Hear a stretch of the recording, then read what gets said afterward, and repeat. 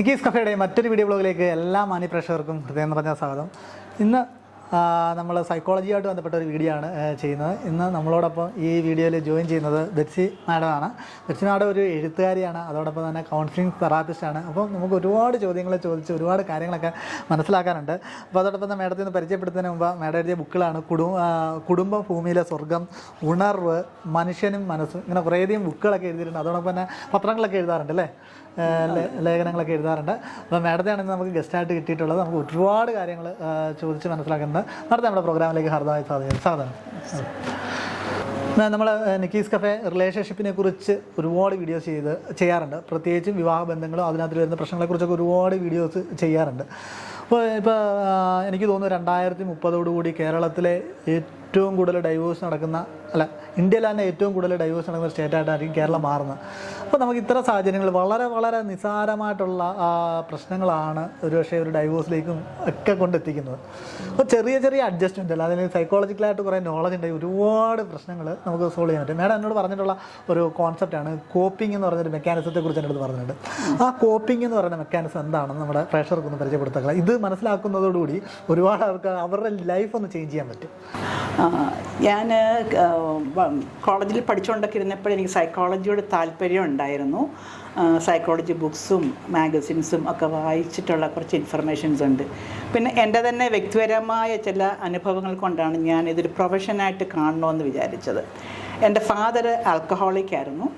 Daddy ഇന്നിപ്പോൾ ഇല്ല. പക്ഷെ അന്നത്തെ എൻ്റെ അറിവനുസരിച്ചിട്ട് അന്ന് കേരളത്തിലെ ഡി അഡിക്ഷൻ സെൻറ്റേഴ്സ് ഒന്നുമില്ല. 1981 അപ്പോൾ എൻ്റെ അറിവനുസരിച്ചിട്ട് ഞാൻ ഒരു ഡോക്ടറെ പോയി സൈക്കാട്രിസ്റ്റിനെയാണ് കാണുന്നത്. അപ്പോൾ ഇന്ത്യയിൽ തന്നെ വളരെ വിരളമാണ്. എന്തായാലും ഡാഡിക്ക് വൺ മന്ത് ട്രീറ്റ്മെൻറ്റ് കൊടുത്തു. ഡാഡി റിക്കവേർഡായി. അന്ന് ഞാൻ തീരുമാനിച്ചു മെൻ്റൽ ഹെൽത്തിൽ ഏരിയയിൽ ഫോക്കസ് ചെയ്ത് എന്തെങ്കിലും ചെയ്യണം. ഞാൻ ഡിഗ്രി കഴിഞ്ഞ് നിൽക്കുന്ന സമയം. അപ്പോൾ മനുഷ്യർ പല രീതിയിലാണ് വിഷമിക്കുന്നത്. ആ വിഷമിക്കുന്ന ആൾക്കാർക്ക് എന്തെങ്കിലും രീതിയിൽ സ്വാതന്ത്ര്യം കൊടുക്കുക, അതോടൊപ്പം തന്നെ അവരുടെ വിഷമസന്ധികളെ എങ്ങനെ നേരിടണം എന്ന് പ്രാപ്തമാക്കുക. അങ്ങനെ ഞാൻ എൻ്റെ വിഷമത്തെ നേരിട്ട് അത് അച്ചീവ് ചെയ്തല്ലോ. അതുകൊണ്ട് ആ മേഖലയിൽ പ്രവർത്തിക്കണം. അങ്ങനെ ഞാൻ കൗൺസിലിംഗ് പഠിക്കാൻ തീരുമാനിക്കുന്നു. ഞാൻ വെല്ലൂർ ക്രിസ്ത്യൻ കൗൺസിലിംഗ് സെൻറ്ററിൽ കൗൺസിലിംഗ് പഠിച്ചു. CMCയിലായിരുന്നു എൻ്റെ ഇൻറ്റേൺഷിപ്പ്. അതിനുശേഷം ബാംഗ്ലൂരിൽ കൗൺസിലിംഗ് സർട്ടിഫിക്കേഷൻ കോഴ്സ് പഠിച്ചു. പിന്നെ USA കൗൺസിലിംഗ് പഠിച്ചു. അണ്ണാമലൈ യൂണിവേഴ്സിറ്റിയിൽ നിന്ന് MA സൈക്കോളജിയും പഠിച്ചു. കഴിഞ്ഞൊരു 35 വർഷമായിട്ട് കൗൺസിലിംഗ് മേഖലയിൽ ഞാൻ പ്രവർത്തിക്കുന്നുണ്ട്. അതാണ് എൻ്റെ ഒരു അനുഭവ പരിചയം. അപ്പോൾ ഈ അനുഭവ പരിചയത്തിൽ നിന്ന് പറയുമ്പോൾ എൻ്റെ വ്യക്തിപരമായ അനുഭവങ്ങൾ, പഠിച്ചതിൻ്റെ അറിവുകൾ, നമ്മൾ വളരെയേറെ ആൾക്കാരെ ഹെൽപ്പ് ചെയ്തവരുടെ ജീവിതത്തിലേക്ക് സന്തോഷമായിട്ട് ജീവിക്കുന്ന ആ തലത്തിൽ എത്തിക്കാൻ പറ്റിയതിൻ്റെ ഒരു അറിവ്, ഇതെല്ലാം വെച്ചിട്ടാണ് ഞാനിന്ന് നിങ്ങളുടെ മുൻപിൽ ഇരിക്കുന്നത്. അപ്പോൾ ഇപ്പോൾ കിരൺ ചോദിച്ച ചോദ്യം എന്താണ് കോപ്പിംഗ് സ്കിൽ? കോപ്പിംഗ് സ്കില്ലിനെ പറ്റി പറയുമ്പോൾ നമുക്കൊക്കെ ജീവിതത്തിൽ പല രീതിയിലുള്ള പ്രതിസന്ധികളുണ്ടാവും. ഏതൊക്കെ വശത്തുനിന്നറിയില്ല. പല രീതിയിൽ പ്രതിസന്ധികളുണ്ടാവാം. ഫാമിലിയിലാവാം, അത് തന്നെ ഹസ്ബൻഡിൽ നിന്നാവാം, ചിലപ്പോൾ കുട്ടികളിൽ നിന്നാവാം, ചിലപ്പോൾ മാതാപിതാക്കളിൽ നിന്ന് കുട്ടികൾക്കാവാം, ചിലപ്പോൾ ഇൻലോസിൽ നിന്നാവാം. അങ്ങനെ ഫാമിലിക്കകത്തുണ്ടാകുന്ന പ്രശ്നങ്ങളുണ്ട്, ജോലി സ്ഥലത്തുണ്ടാകുന്ന പ്രശ്നങ്ങളുണ്ട്, എൻവയൺമെൻറ്റിൻ്റെ ആയിട്ടുള്ള പ്രശ്നങ്ങളുണ്ട്. പല രീതിയിലുള്ള പ്രശ്നങ്ങൾ നമ്മൾക്കുണ്ടാവാം. ഈ പ്രശ്നങ്ങളൊക്കെ വരുമ്പോൾ അതിനെ എങ്ങനെ നേരിടുന്നു എന്നുള്ളതിനെ നമ്മൾ കോപ്പിംഗ് സ്കിൽ എന്ന് പറയാം. അപ്പോൾ ഇവിടെ നമുക്ക് ഈ പൊരുത്തപ്പെട്ടു പോവുക എന്നൊക്കെ പറയുകയാണ്. ഇവിടെ ഈ പൊരുത്തപ്പെടുക എന്ന് പറയുമ്പോൾ നമ്മൾ ചിലപ്പോൾ പറയാറില്ലേ, നമ്മൾ കല്യാണം കഴിപ്പിച്ച് വിടുമ്പം അവിടെ ചെല്ലുമ്പോൾ എന്തെങ്കിലുമൊക്കെ പ്രശ്നം ഉണ്ടാവും, ഇത് ചെവി അറിയരുത്, എല്ലാം അങ്ങ് ഈ ചെവി കൂടെ കേട്ട് ആ ചെവി കൂടെ അങ്ങ് വിട്ടേക്കണം എന്നൊക്കെ പെൺകുട്ടികളെ പറഞ്ഞ് വിടാറുണ്ടായിരുന്നല്ലോ. അപ്പോൾ അവിടെ ചെന്ന് എന്തൊക്കെയാണോ അനുഭവിക്കുന്നത് അതെല്ലാം ഞാൻ സഹിച്ച് ജീവിച്ചോണം എന്നുള്ളൊരു കാലഘട്ടം ഒരിക്കലുണ്ടായിരുന്നു. ഇപ്പോൾ അതിന് പ്രസക്തിയില്ല. ഇന്ന് പറയുന്നത് നിൻ്റെ ജീവന് ത്രട്ടനിങ് വരുന്നു, അല്ലെ നിൻ്റെ വ്യക്തിത്വത്തിന് പ്രശ്നം വരുന്നു, അങ്ങനെ ഒരു പ്രതിസന്ധി ഉണ്ടാവുകയാണോ എന്നുണ്ടെങ്കിൽ നീ അത് അർഹതപ്പെട്ടവരോട്, വേണ്ടപ്പെട്ടവരോട് പറയണം. നീ പ്രതികരിക്കേണ്ടടുത്ത് പ്രതികരിക്കണം എന്നാണ് ഇന്ന് നമ്മൾ പെൺകുട്ടികളെ പഠിപ്പിക്കുന്നത്. അതുപോലെ തന്നെ കുട്ടികളോട് നമ്മൾ ചോദിക്കാമെങ്കിൽ പറയും, സ്കൂളുകളിലൊക്കെ ആണെങ്കിലും പറയും, നിങ്ങളെ മാതാപിതാക്കളാണെങ്കിൽ പോലും അവരെ അടിക്കുന്നത് അവർക്ക് പണിഷ് ചെയ്യാം. അത് എന്താ പറയുക, അവർക്ക് അപ്രോപ്രിയേറ്റ് വേയിലല്ലാതുള്ള പണിഷ്മെൻറ്റ് മാതാപിതാക്കളാണെങ്കിൽ പോലും അതിരുവിട്ടിട്ടുള്ള പണിഷ്മെൻ്റ് ആണെന്നുണ്ടെങ്കിൽ അത് കുട്ടികളോട് പേരൻസ് കൊടുക്കുന്ന അബ്യൂസായിട്ടാണ് കാണുന്നത്. അപ്പോൾ ചിൽഡ്രൻസ് റൈറ്റ് അതും ഇന്ന് ഭയങ്കരമായിട്ട് പ്രധാനപ്പെട്ട ഒരു കാര്യമാണ്. സോ ഇങ്ങനെ എല്ലാ രീതിയിലും പലയിടത്തുമാവാം, വർക്ക് പ്ലേസിലാവാം, ഇങ്ങനെയൊക്കെ പ്രശ്നങ്ങൾ വരുമ്പോൾ ഇതിനെ നമ്മൾ നേരിടുന്നതന്നെയാണ്. അപ്പോൾ ഒന്ന് പറയാമെങ്കിൽ നമുക്ക് എന്ത് പ്രശ്നം വന്നാലും അതിനെ സഹിച്ച് ഒരു വിക്ടിം റോൾ, അയ്യോ ഞാനിങ്ങനെ ആയിപ്പോയി, എൻ്റെ തലവര എന്ത് ചെയ്യാനാ, മരണം വരെ അനുഭവിച്ചേ പറ്റുള്ളൂ, ഇങ്ങനെ അങ്ങ് സഹിച്ച് ജീവിക്കുന്നത് ഒരു ടൈപ്പ് ഓഫ് എന്താ പറയുക, ഒരു ടൈപ്പ് ഓഫ് ജീവിത രീതിയാണ്. അതിനെ കോപ്പിംഗ് സ്കില്ലെന്ന് പറയാൻ പറ്റില്ല, ഒരു ടൈപ്പ് ഓഫ് പ്രതികരണം, നമ്മുടെ ഒരു ടൈപ്പ് ഓഫ് പ്രതികരണമാണ്. മറ്റൊന്നുണ്ട്, നമ്മളവിടെ കിടന്ന് വഴക്കുണ്ടാക്കും, എനിക്കത് നേടിയെടുത്തേ പറ്റുള്ളൂ, കുട്ടികൾ അപ്പനോടും അമ്മയോടും കയർക്കും, അത് നേടിത്തന്നില്ല ഞാൻ അങ്ങനെ കാണിച്ചു കളയും, ഇങ്ങനെ കാണിച്ചു കളയും, ഞാൻ ഇറങ്ങിപ്പോകും, അങ്ങനെ. അല്ലെങ്കിൽ വീട്ടിൽ വരുന്ന ഇൻലൂസ്, ചിലപ്പോൾ അത് മരുമകളാവാം, മരുമകനാവാം, അങ്ങനെ ത്രട്ടൺ ചെയ്യാം. അല്ലെങ്കിൽ ഭാര്യ ഭർത്താവിനോട് ത്രട്ടൺ ചെയ്യാം, ഭർത്താവ് ഭാര്യയോട് ത്രട്ടൺ ചെയ്യാം. റെബൽ നേച്ചർ, ഈ റെബൽ നേച്ചറും നമുക്ക് ബന്ധങ്ങളെ ശരിയായിട്ട് കൊണ്ടുപോകില്ല. അത് കൂടുതൽ പകയും വിദ്വേഷവും ഉണ്ടാക്കത്തേ ഉള്ളൂ. കോപ്പിംഗ്, അതിനകത്തൊരു കോപ്പിംഗ് സ്കില്ല്, അഡ്ജസ്റ്റ്മെൻറ്റ് എന്നൊക്കെ പറയുമ്പോൾ അതിനെ നമ്മൾ മറ്റേ ആളിനെ, അല്ലെങ്കിൽ കോപ്പിംഗ് സ്കിൽ എന്ന് പറയുമ്പോൾ healthy way of coping skill എന്ന് പറയുന്നത് നമ്മൾ മറ്റേ ആളിനെ മനസ്സിലാക്കുക, ആളാരാണോ എന്താണോ എന്ന് പറയുമ്പോൾ കുറേയേറെ ഫാക്ടേഴ്സ് ഉണ്ട് അതിനകത്ത്. ആരാണോ എന്താണോ എന്ന് പറയുമ്പോൾ അതിനകത്തൊരു പേഴ്സണാലിറ്റി ടൈപ്പിൽ തന്നെ കുറേ ഘടകങ്ങളുണ്ട്. പിന്നെ ആളിൻ്റെ താല്പര്യങ്ങൾ, ഇൻട്രസ്റ്റ് ഗ്രൂപ്പുണ്ട്. നമ്മൾ അനലൈസ് ചെയ്യുമ്പം പേഴ്സണാലിറ്റി ടൈപ്പ് സൈക്കോമെട്രിക് അനാലിസിസ് എന്നൊക്കെ പറയും. അപ്പോൾ അതിനകത്ത് ഇൻട്രസ്റ്റ് ഗ്രൂപ്പുണ്ട്. ഈ കാര്യങ്ങളൊക്കെ നമ്മൾ കല്യാണം ആലോചിക്കുമ്പോൾ ഇതൊന്നും അറിയുന്നില്ല. ഈവൻ ലവ് മാരേജ് ആണെങ്കിൽ പോലും അറിയില്ല, വ്യക്തമായി അറിയണമെന്നില്ല. എന്താണ് മറ്റേയാളിൻ്റെ താല്പര്യങ്ങൾ, അദ്ദേഹത്തിൻ്റെ ലൈഫിനോടുള്ള പാഷൻ എന്താണ്, അദ്ദേഹത്തിൻ്റെ ലൈഫിനോടുള്ള ഡ്രീം എന്താണ്, ഇതൊന്നും അങ്ങോട്ടും ഇങ്ങോട്ടും അറിയണമെന്നില്ല. പ്രണയം തോന്നിയതിനൊരു ഫാക്ടർ കാണും, അതിൻ്റെ പുറത്ത് കമ്മിറ്റ് ചെയ്യും, കല്യാണം കഴിക്കും. ജീവിച്ച് തുടങ്ങി കുറേ വർഷം കഴിയുമ്പോൾ ഇയാൾ ഇങ്ങനെയാണ് അല്ലെങ്കിൽ ഇവളിങ്ങനെയാണ്, ഇങ്ങനെയൊക്കെ തിരിച്ചറിയുന്നത്. അപ്പോഴാണ് മുമ്പേ പറഞ്ഞ പോലെയുള്ള ഒന്നിൽ തലവരെന്നും പറഞ്ഞ് സഹിച്ച് ജീവിക്കും, അല്ലെങ്കിൽ മറുതലിച്ചു പോകും. എന്നാൽ പരസ്പരം മനസ്സിലാക്കി പോകുന്നതിനെയാണ് മൈൻഡ് മാനേജ്മെൻ്റ് എന്ന് പറയും. മൈൻഡ് മാനേജ്മെൻറ്റ്, ആ മൈൻഡ് മാനേജ്മെൻറ്റാണ് കോപ്പിംഗ് സ്കില്ലിന് നമ്മളെ സഹായിക്കുന്ന പ്രധാനപ്പെട്ട ഘടകം. മൈൻഡ് മാനേജ്മെൻറ്റിൽ പ്രധാനമായിട്ട് 3 ഫാക്ടേഴ്സ് ഉണ്ട്. ഒന്ന് നമ്മുടെ പെർസ്പെക്ഷൻ അല്ലെ കാഴ്ചപ്പാടുകൾ, 2 നമ്മുടെ ചിന്താഗതികൾ അല്ലെ തോട്ട് ഫോംസ്, 3 നമ്മുടെ ആറ്റിറ്റ്യൂഡ് അല്ലെങ്കിൽ നമ്മുടെ മനോഭാവം. സോ ഇത് 3 വളരെ പ്രധാനപ്പെട്ടതാണ്. അപ്പോൾ ഇതനുസരിച്ചിട്ടാണ് നമുക്ക് ഈ പെർസെപ്ഷൻ എന്നൊക്കെ പറയുന്നത് വളരെ കുട്ടിക്കാലത്തിലേ രൂപപ്പെടും. ഒരു 6 വയസ്സ് വരെയുള്ള കാലങ്ങളെ രൂപപ്പെടുന്നതാണ്.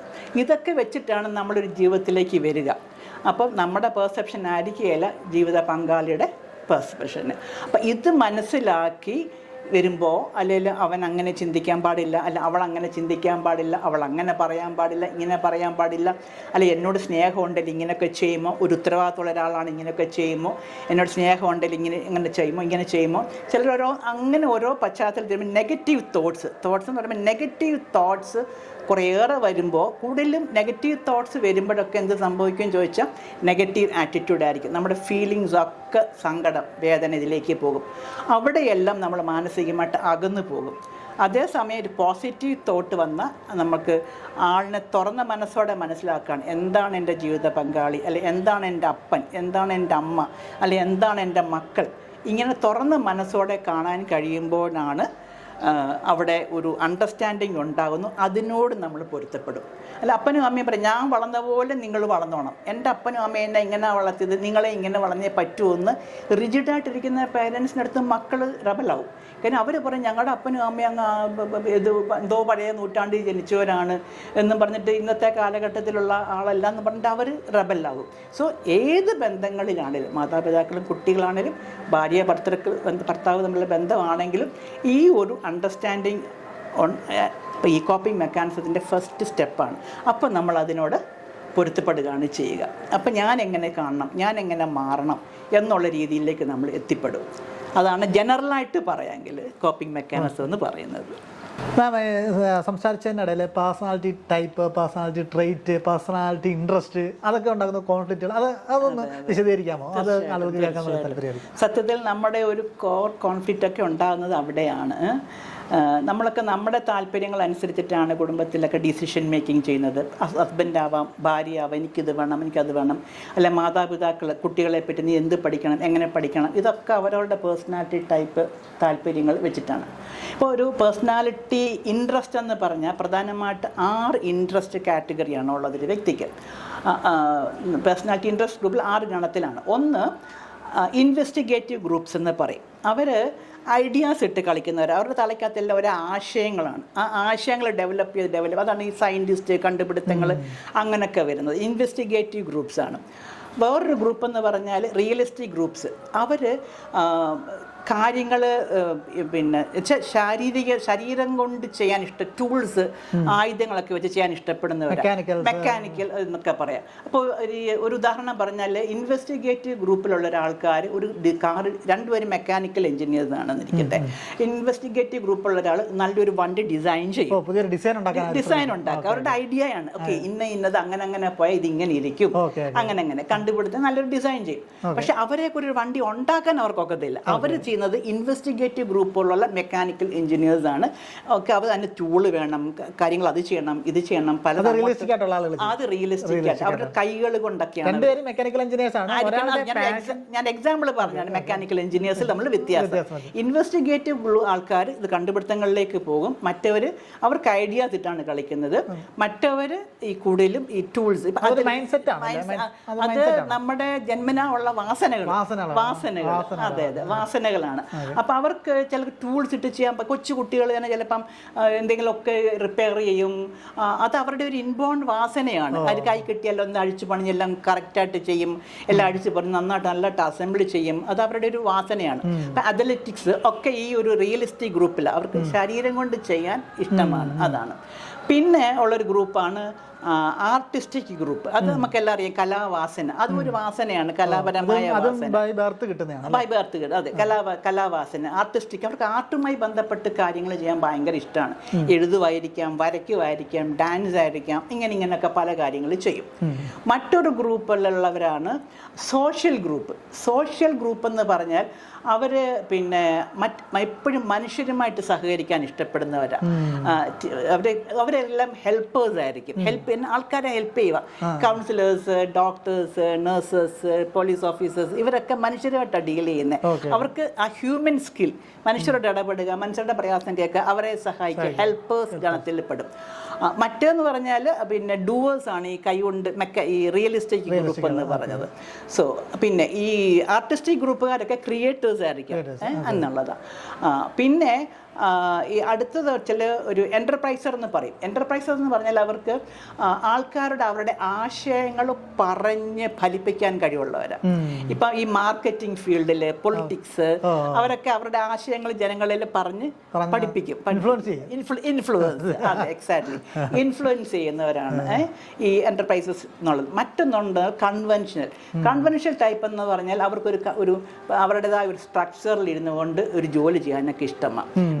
ഒരു പിന്നെ അവർക്ക് മറ്റൊന്നും വേണ്ട. ഇപ്പോൾ ഒരു ഓഫീസ് ക്ലർക്ക്, അവർക്കൊരു ഓഫീസിലൊരു ജോലിയുണ്ട്, അല്ലെങ്കിൽ ഓഫീസിലൊരു ബാങ്കിൽ ഓഫീസർ ജോലി, അല്ലെങ്കിൽ ഒരു പ്രത്യേക ഓർഗനൈസേഷൻ ആ ഒരു സ്ട്രക്ചറിൽ ഇരുന്നു കൊണ്ട് ജോലി ചെയ്യും. അതാണ് ഇൻട്രസ്റ്റ് ഗ്രൂപ്പ് എന്ന് പറഞ്ഞത്. നമ്മളിപ്പം പഠിച്ചു കഴിഞ്ഞു, ജോലി കിട്ടിപ്പോയി, നമ്മുടെ എന്ത് ഇൻട്രസ്റ്റ് ആണെന്നൊന്ന് നോക്കിയിട്ടൊന്നും ആയിരിക്കില്ല ചിലർ പോകുന്നത്. ചിലർ വളരെ കോറായിട്ട് എൻ്റെ ഇൻട്രസ്റ്റ് ഇതാണ്, ഇത് തന്നെ മതി എന്ന് പറഞ്ഞ് പോകും. അപ്പോൾ ചിലപ്പോൾ അപ്പനും അമ്മയും നിർബന്ധിച്ചിട്ട് എഞ്ചിനീയർ ആവാം, അല്ലെങ്കിൽ ഡോക്ടർ ആവാം. ഇദ്ദേഹത്തിൻ്റെ ആർട്ടിസ്റ്റിക്കോ വേറെ എന്തെങ്കിലുമൊക്കെ ആയിരിക്കും കിടക്കുക. ചിലപ്പം പകുതി വഴിക്ക് ഉപേക്ഷിച്ചിട്ട് അവരുടെ പാഷൻ്റെ പുറകെ, അല്ല അവളുടെ പാഷൻ്റെ പുറകെ അവർ പോകും. അല്ലെങ്കിൽ കല്യാണം കഴിഞ്ഞ് ജോലിയൊക്കെ കിട്ടി കുറേ വർഷം കഴിയുമ്പോൾ തോന്നുന്നു എനിക്ക് ജോലിയായി, കുറേ പൈസയൊക്കെ ഞാൻ ഉണ്ടാക്കി, ഇനിയിപ്പോൾ എനിക്ക് എൻ്റെ പാഷന് വേണ്ടി ചെയ്യണം. അപ്പോൾ ചിലപ്പോൾ അവിടെ ഫുൾ സ്റ്റോപ്പ് ഇട്ടേച്ച് ചിലരുള്ളിൽ നമുക്ക് പറയുന്ന കേൾക്കാം, നല്ല ജോലി ഉണ്ടായിരുന്നു, അതെല്ലാം കളഞ്ഞിട്ട് അവരുടെ പാഷന് വേണ്ടി ഒന്ന് തുടങ്ങി. അത് ചിലർക്ക് ഫാമിംഗ് ആയിരിക്കാം, ചിലർക്ക് ഫോട്ടോഗ്രാഫി ആയിരിക്കാം, ചിലർക്ക് എഴുത്തായിരിക്കാം, ചിലർക്ക് യാത്രകളായിരിക്കാം, ഇങ്ങനെ ചിലപ്പോൾ ഇതുപോലെയുള്ള യൂട്യൂബ് അല്ലെങ്കിൽ എക്സ്പ്ലോറേഷൻ കോൺസെൻട്രേഷൻ ആവാം, പല രീതിയിലുള്ള ജേർണി ആയിരിക്കും. അവരുടെ ഹൃദയം പറയുന്നതിന്റെ പുറകെ അവർ പോകും. അതാണ് അത്. എന്താ ചോദിച്ചാൽ ആ ഇൻട്രസ്റ്റ് ആണ്. ആ ഇൻട്രസ്റ്റ് ഉള്ള ഫീൽഡിൽ നമ്മൾ ജോലി ചെയ്യുമ്പോഴാണ് നമുക്ക് ജോബ് സാറ്റിസ്ഫാക്ഷൻ എന്നൊക്കെ പറയില്ലേ, അത് കിട്ടുകയുള്ളൂ. അതാണ് ഇൻട്രസ്റ്റിനകത്ത് വരുന്ന കാര്യങ്ങൾ. ഇനി പേഴ്സണാലിറ്റി ടൈപ്പ്. അപ്പോൾ ഈ ഇൻട്രസ്റ്റ് ടൈപ്പിൽ വരുമ്പോഴേ നമുക്കിപ്പം ഭാര്യയ്ക്ക് പാട്ടൊക്കെ ഭയങ്കര ഇഷ്ടം, നല്ല ഡാൻസറാണ്, പാട്ടൊക്കെ ഇഷ്ടമാണ്. ഭർത്താവ് എന്ന് പറഞ്ഞാൽ അങ്ങനെ ഒരു സംഭവം ഇല്ല. കല്യാണം കഴിച്ചു കഴിയുമ്പം നിൻ്റെ പാട്ടും കൂത്തും ഡാൻസും ഒക്കെ ഇവിടെ നിർത്തിക്കോണം, മര്യാദയ്ക്ക് ഇവിടെ ഇരുന്ന് എൻ്റെയും പിള്ളേരുടെയും കാര്യം നോക്കി വേണം. ജോലി ഉണ്ടോ, ജോലിക്ക് പോയി 4 കാശ് വീട്ടിലോട്ട് കൊണ്ടുപോകാൻ, അതൊക്കെ മതി, പാട്ടും കൂത്തുവൊന്നും ഇവിടെ വേണ്ട എന്ന് പറഞ്ഞു കഴിഞ്ഞാൽ പാവം പെങ്കൊച്ചിൻ്റെ തീർന്നു. അതിൻ്റെ ആ ഒരു വലിയ ഹൃദയത്തിൻ്റെ വാഞ്ചയാണ് അതെന്ന് പറയാം. സോ ഈ ഇൻട്രസ്റ്റ് മനസ്സിലാക്കി അങ്ങോട്ടും ഇങ്ങോട്ടും ഭർത്താവിന് ചിലപ്പം അയാൾക്ക് ഇത് പറഞ്ഞ പോലെ ഭയങ്കര ഇന്നോവേറ്റീവ് ഐഡിയാസ് കാണും. കുറേ കഴിയുമ്പം പറയുകയാണ് പിന്നെ എനിക്ക് ഞാൻ എൻ്റെ ജോലിയൊക്കെ അങ്ങ് റിസൈൻ ചെയ്ത് എൻ്റെ ഓൺ പ്രോജക്റ്റ് തുടങ്ങുമ്പോൾ നിങ്ങളെ ഞാനൊരു ഇങ്ങനെ ഒരു പിന്നെ ഒരാളായിട്ടാണ് കരുതുന്നത്, നിങ്ങളൊരു വക്കീൽ അല്ല നിങ്ങളൊരു ഡോക്ടർ അല്ലെങ്കിൽ ഒരു എഞ്ചിനീയറെ ഞാൻ കെട്ടി, എനിക്കിങ്ങനെ ഒരു ബിസിനസ്സുകാരനെ ഒന്നും എനിക്ക് വേണ്ട, അതിനകത്ത് എന്ത് സ്റ്റെബിലിറ്റിയാണ് ഉള്ളത്, ഇതന്നെ സ്ഥിരം പൈസ കിട്ടും എന്ന് പറഞ്ഞു കഴിഞ്ഞാൽ അയാളും പോവും. അയാൾക്കും ഭയങ്കര ഡിസ്കറേജിങ് ആയിരിക്കും, അയാളുടെ ഒരു ജീവിതത്തിലെ വലിയ ഡ്രീം ആയിരിക്കും ആ ഒരു പ്രോജക്റ്റ് തുടങ്ങണമെന്നുള്ളത്. സോ ഇത് എൻ്റെ ഇൻട്രസ്റ്റിനെയും കാര്യങ്ങളെയും പരസ്പരം മനസ്സിലാക്കി സപ്പോർട്ട് ചെയ്യുക എന്നുള്ളൊരു പാർട്ട്ണറാണ് എന്നുണ്ടെങ്കിൽ മാരേജ് നല്ല ഭംഗിയായിട്ട്. അതുകൊണ്ടാണ് ഇൻട്രസ്റ്റ് ഗ്രൂപ്പ് ഒരു പ്രധാന സംഭവമായിട്ട്. ഇൻട്രസ്റ്റ് ഗ്രൂപ്പ് വലിയ പ്രധാനപ്പെട്ട കാര്യം, എല്ലാം വളരെ വളരെ വളരെ പ്രധാനമാണ്. കാര്യം അങ്ങനെ ഇൻട്രസ്റ്റ് ഗ്രൂപ്പ് മാച്ച് നമുക്ക് സെയിം ഇൻട്രസ്റ്റ് ഉള്ള ആരെയും കിട്ടണമെന്നില്ല. വളരെ വളരെ വളരെ കിട്ടിയാൽ ഭാഗ്യം ചിലപ്പോൾ കിട്ടുകയെ ഇല്ലെന്നില്ല, എല്ലാതും കിട്ടും, ചിലപ്പം ഇതായിരിക്കും. പക്ഷെ അങ്ങനെ ഉണ്ടെങ്കിലും നമ്മളതിനെ മാനിച്ച് അവരെ നമ്മൾ പിന്നെ മോട്ടിവേറ്റ് ചെയ്യുക അല്ലെ എൻകറേജ് ചെയ്യുക എന്നുള്ളതാണ്. ഈ മാരേജിൽ പ്രശ്നങ്ങളൊക്കെ വരുമ്പം നമ്മൾ കൗൺസിലിങ്ങിനൊക്കെ വരുന്ന സമയത്ത് മനസ്സിലാക്കി എന്താണ് ഇവരുടെ കാതലായ പ്രശ്നം. ചിലപ്പോൾ ഇതായിരിക്കാം. അപ്പോൾ അവരെ അങ്ങോട്ടും ഇങ്ങോട്ടും മനസ്സിലാക്കുക. നിങ്ങൾ പാർട്ട്നേഴ്സ്, നിങ്ങളുടെ ജീവിത പങ്കാളിക്ക് സന്തോഷം കിട്ടണമെങ്കിൽ അവരുടെ കഴിവുകൾ നിങ്ങളുടെ കയ്യിൽ തന്നാണ്, അല്ലെ ഭാര്യ അല്ലെ ഭർത്താവായിട്ട് നമ്മുടെ കയ്യിൽ നമ്മുടെ ആവശ്യങ്ങൾക്ക് വേണ്ടി മാത്രം ഉപയോഗിക്കാനുള്ള സംഭവമല്ല ഇത്. അവരുടെ ഒരു ഗ്രോത്ത് ഉണ്ടാവണം, അവർക്കൊരു ഗ്രോത്ത് ഉണ്ടാണ് ലൈഫിൽ. സോ നിങ്ങൾ പാർട്ട്ണർ എന്നെനിക്ക് നിങ്ങളുടെ ഭാര്യയുടെ ഗ്രോത്തിനെ അല്ലെ ഭർത്താവിൻ്റെ ഗ്രോത്തിനെ നിങ്ങൾ സഹായിക്കണം, പ്രൊമോട്ട് ചെയ്യണം. അങ്ങനെ പറയുമ്പോഴാണ് ദാമ്പത്യത്തിൽ എൻ്റെ ഭാഗ്യം എൻ്റെ അങ്ങനെ ഒരു അണ്ടർസ്റ്റാൻഡിങ് വന്ന് നല്ല ഭംഗിയായിട്ട് അങ്ങോട്ടും ഇങ്ങോട്ടും എൻകറേജ് ചെയ്ത് പോകുമ്പോൾ അവർക്ക് ഫുൾഫിൽമെന്റ് ഉണ്ടാവും.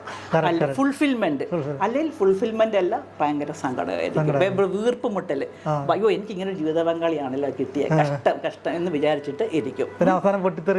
പിന്നെ പ്രഷർ കുക്കർ പൊട്ടിത്തെറിക്കുന്നില്ല, കുറേ നാൾ നമ്മൾ ഇങ്ങനെ പിടിച്ചിരിക്കും, അവസാനം വരുമ്പോൾ പൊട്ടിത്തെറിക്കും. ഇതാണ് സംഭവിക്കുക. പക്ഷേ ഈ പൊട്ടിത്തെറിച്ച് പോകുന്നവരും എനിക്ക് നമ്മൾക്ക് പറയില്ല, ഒത്തിരി പോലീസ് ഓഫീസേഴ്സൊക്കെ വരും. ഇപ്പോൾ റഫറി പോലീസ് സ്റ്റേഷനിൽ വരുന്ന കേസുകളൊക്കെ അറിയാമല്ലോ, എല്ലാം അങ്ങേറ്റം എന്തെങ്കിലും പ്രശ്നങ്ങൾ ചിലപ്പം അടിപിടിയൊക്കെ ആയിട്ടുള്ള വരും. പക്ഷെ അവരെല്ലാം കൗൺസിലിംഗ് കഴിയുമ്പോൾ വളരെ സന്തോഷമായിട്ട് ജീവിക്കുന്ന ഒരു അവസ്ഥയിലേക്ക് പോകും. എനിക്കത് കാണുമ്പോൾ ഭയങ്കര സന്തോഷമാണ്. കൗൺസിലിംഗ് കിട്ടിയാൽ തീരാവുന്ന പ്രശ്നങ്ങളെ ഉള്ളൂ ഇവരുടെ ഇടയിലെല്ലാം. ഒരു 99% 99% തീരുന്നതേ ഉള്ളൂ. റൂട്ട് കണ്ടുപിടിക്കുക. 1% ചിലപ്പോൾ ഡിസ്ട്രക്റ്റീവ് ബിഹേവിയർ കാണാം, അവർക്ക് കോപ്പപ്പ് ചെയ്യാൻ വയ്യ. എൻ്റെ അടുത്ത് വന്നിട്ടുള്ളതിലൊരു 3-4 ഒന്നും എനിക്ക് അറിഞ്ഞുകൂടെ എന്താ വായിന്ന്, ഒരു 3 ഉള്ള സെപ്പറേഷനിൽ പോയിട്ടുള്ളത്. പക്ഷെ അവർക്ക് ആ സെപ്പറേഷനിൽ അവർക്കെല്ലാം ഒക്കത്തില്ലായിരുന്നു. നമുക്കത് ഇഷ്യൂ പറയാൻ എനിക്ക് ബുദ്ധിമുട്ടുണ്ട്.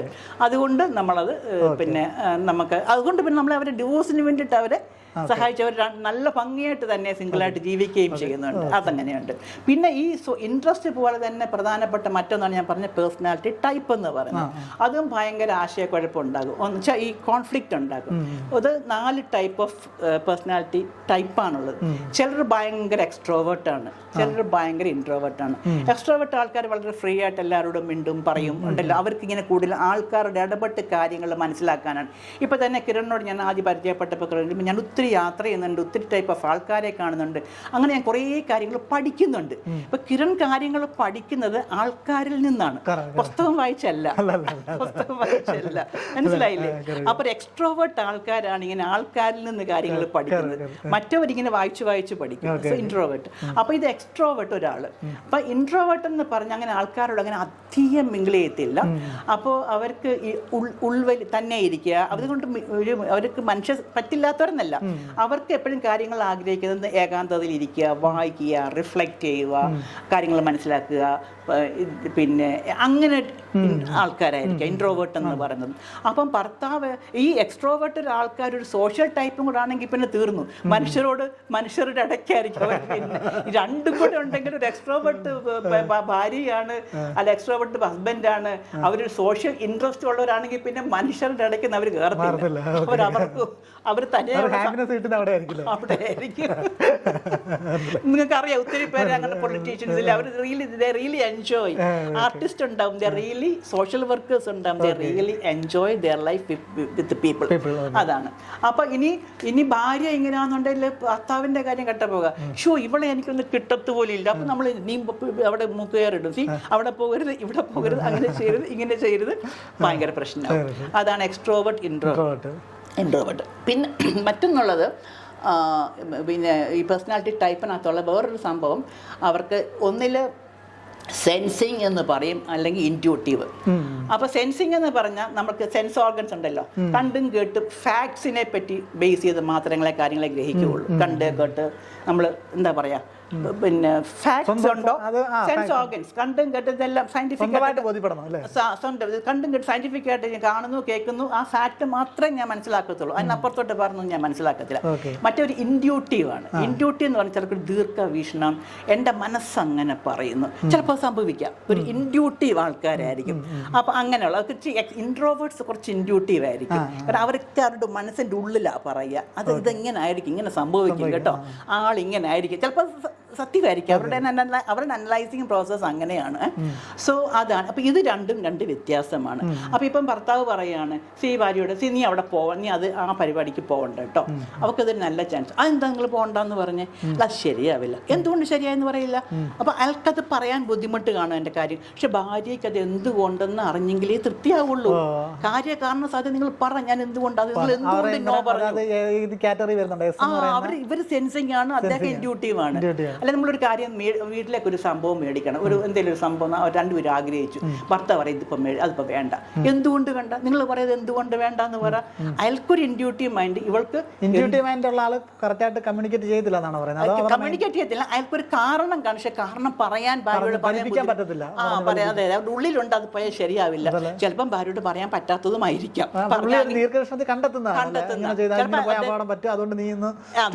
അതെ അതെ, ചിലപ്പോൾ അവർക്ക് പറയാൻ കാരണങ്ങൾ കാണും, പക്ഷെ ഭാര്യയോട് അന്നേരം പറഞ്ഞാൽ ഭാര്യ സമ്മതിക്കണമെന്നില്ല. അവരങ്ങനെയാണല്ലോ. അതെ അതെ, നിങ്ങളത് പറഞ്ഞ ശരിയൊന്നും അല്ല, നിങ്ങൾക്ക് എങ്ങനെ അവരെ പറ്റി അങ്ങനെ വിലയിരുത്താൻ പറ്റുന്നേ, അവർ നല്ല മനുഷ്യരാണ്, അവരെങ്ങനെ പറഞ്ഞ ശരിയൊന്നും അല്ല, സമ്മതിക്കണമെന്നില്ല. ഭാര്യ സമ്മതിക്കത്തില്ലെന്ന് അറിയാവുന്നത് കൊണ്ട് ഭാര്യയ്ക്ക് ഭർത്താവിന് തുറന്ന് കമ്മ്യൂണിക്കേറ്റ് ചെയ്യാൻ പറ്റില്ല. നീ നമുക്ക് ആ പരിപാടി വേണ്ടെന്നേ പറയുള്ളായിരിക്കാം, പക്ഷെ ഭാര്യയ്ക്ക് അത് കാര്യകാരണ സഹിതം അറിയണം. Sensing, intuitive. മറ്റേത് ആൻഡ് എക്സ്ട്രോവേർട്ട് ഇൻട്രോവേർട്ട് എന്നുള്ളതാണ്.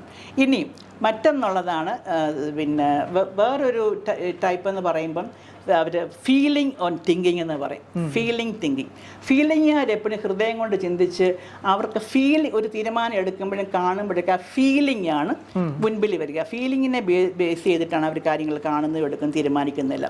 മറ്റവർ പിന്നെ തിങ്കിങ് എന്ന് പറഞ്ഞാൽ ലോജിക്, തോട്ടാണ് വരുന്നത്, ലോജിക്കാണ് വരുന്നത്. അപ്പം പിന്നെ ഭാര്യ ഭയങ്കര, സ്ത്രീകൾ കൂടുതലൊരു ഫീലിംഗ് ടൈപ്പ് ആയിരിക്കാം. അപ്പം അവർക്ക് കുറച്ചുകൂടെ ആർദ്രത, കരുണ, സ്നേഹം ഇങ്ങനെയൊക്കെ വരും. ഇപ്പം നമുക്ക് ഒരാൾ സഹായത്തിന് വന്നിരിക്കട്ടെ, എക്സാമ്പിൾ പറയുന്നത് ഇങ്ങനെ, ഭാര്യ ചോദിച്ചു ശരിക്കും പാവം കഷ്ടമുണ്ട് കേട്ടോ, 100 രൂപ കൊണ്ടുപോകാം, വേണ്ട അവർക്കൊരു 10 രൂപ കൊടുത്താൽ മതി. ഭർത്താവിനത് ജനുവിനായിട്ട് തോന്നുന്നില്ല. അപ്പം അയാൾക്ക് അത് അവർക്ക് 100 രൂപ കൊടുക്കാൻ അർഹതപ്പെട്ടവരാണോ? ഈ 100 രൂപ കൊടുത്തു പോയാൽ അവരെന്ത് ചെയ്യും? നിനക്ക് അറിയാവുന്ന ആൾക്കാർക്ക് നീ കൊടുക്ക്, വ്യക്തിപരമായിട്ട് അറിയാവുന്നവർക്ക് കൊടുക്ക്. സോ അദ്ദേഹം അത്, അപ്പോൾ നിങ്ങളൊരു ഹൃദയമില്ലാത്ത മനുഷ്യന് ഇവർ വന്ന് ഒരു സഹായം ചോദിക്കുമ്പോൾ നിങ്ങൾ ഇങ്ങനെയൊക്കെയാണ് പിന്നെ അർത്ഥം മുറിച്ചൊക്കെയാണോ നോക്കേണ്ടേ, അവർക്ക് കൊടുക്കണ്ടേ? ഇത് അവരുടെ ജീവിതത്തിൻ്റെ എല്ലാ കാര്യങ്ങളിലും ഈ ഫീലിങ്ങും തിങ്കിങ്ങും തമ്മിലുള്ള വ്യത്യാസം ഉണ്ടാവും. പിന്നെ മറ്റൊന്ന് വേറൊരു ഒത്തിരി കോൺഫ്ലിക്റ്റ് ഉണ്ടാക്കാം എന്ന് വെച്ചാൽ, ഒരു കൂട്ടര് ജഡ്ജിങ് എന്ന് പറയും. ജഡ്ജിങ് ആൾക്കാരെന്ന് പറഞ്ഞാൽ കാര്യങ്ങളെല്ലാം സിസ്റ്റമാറ്റിക്കായിട്ട് ഓർഗനൈസ്ഡ് ആയിട്ട് ഇരിക്കണം.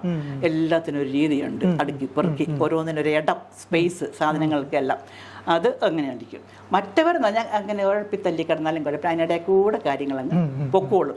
ഇത് ഒത്തിരി കുടുംബ ജീവിതങ്ങളിൽ പ്രശ്നങ്ങളുണ്ടാകും. ചില ആൾക്കാർക്ക് പിന്നെ ഈ ഓർഗനൈസ് ചെയ്യുന്നതിൽ അല്പം OCDയും കാണും. OCD കഴിഞ്ഞാൽ ഒബ്സസീവ് കമ്പൾസീവ് ഡിസോർഡർ. കാരണം എല്ലാം അങ്ങനെ അടുക്കി ഇരിക്കണം, പേപ്പർ അങ്ങനെ അത് ഒരു പാത്രം തിരിഞ്ഞിരിക്കാൻ പാടില്ല, കൊടുക്കാൻ പാടില്ല, അടുക്കളയിലെ പാത്രങ്ങളൊക്കെ എല്ലാം ഇങ്ങനെ ഇപ്പം അടുക്കളയിലൊക്കെ നമ്മൾ നിറഞ്ഞു കിടക്കാൻ ആ ഭാര്യയ്ക്ക് അതെല്ലാം അടുക്കി പെറുക്കി കഴുകി വെച്ചിട്ട് അടുത്തൊരു കപ്പ് ചായ എടുക്കാൻ പറ്റുള്ളൂ. ഭർത്താവ് പറയും നീ അങ്ങ് ചായ എടുത്തിട്ട് ഇതൊക്കെ അങ്ങ് അടുക്കി ബാക്കി പാത്രം കഴുകുക, അതൊക്കത്തില്ല. കാരണം അവർക്ക് ഓർഗനൈസ്ഡ് സിസ്റ്റമാറ്റിക്.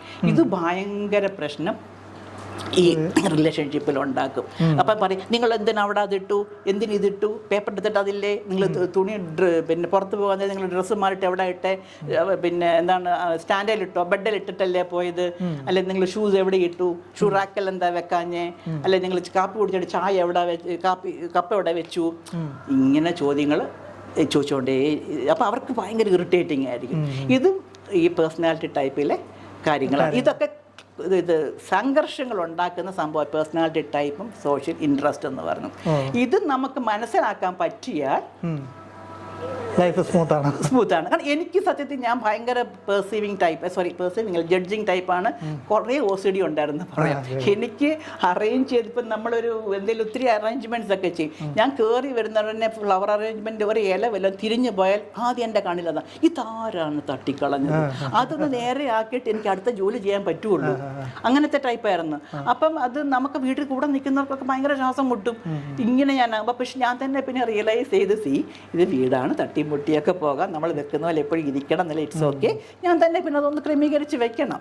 അങ്ങനെ നമ്മൾ പഠിച്ചു കഴിഞ്ഞാൽ ഇതാവും. ഇനി നമ്മൾ ഭാര്യ അങ്ങനെ കുറച്ച് ഇറിറ്റേഷൻ കാണിക്കുകയാണെങ്കിൽ ഭർത്താവ് മനസ്സിലാക്കും ഇത് അവളുടെ പ്രശ്നമാണ്, ഓർഗനൈസ്ഡ്, അവർക്ക് എന്നോടുള്ള സ്നേഹക്കുറവോ ബഹുമാനക്കുറവോ ഒന്നും അല്ല, ഇങ്ങനെ കുഴപ്പി കിടക്കുന്നതിൻ്റെ ഒരു ഇറിറ്റേഷൻ കാണിച്ച കാര്യം ശരിയാവും എന്ന് മനസ്സിലാക്കി കഴിഞ്ഞാൽ ഇല്ല. ഈ അണ്ടർസ്റ്റാൻഡിങ് ഉണ്ടായാൽ കോപ്പിംഗ് സ്കില്ല് ഉണ്ടാവും.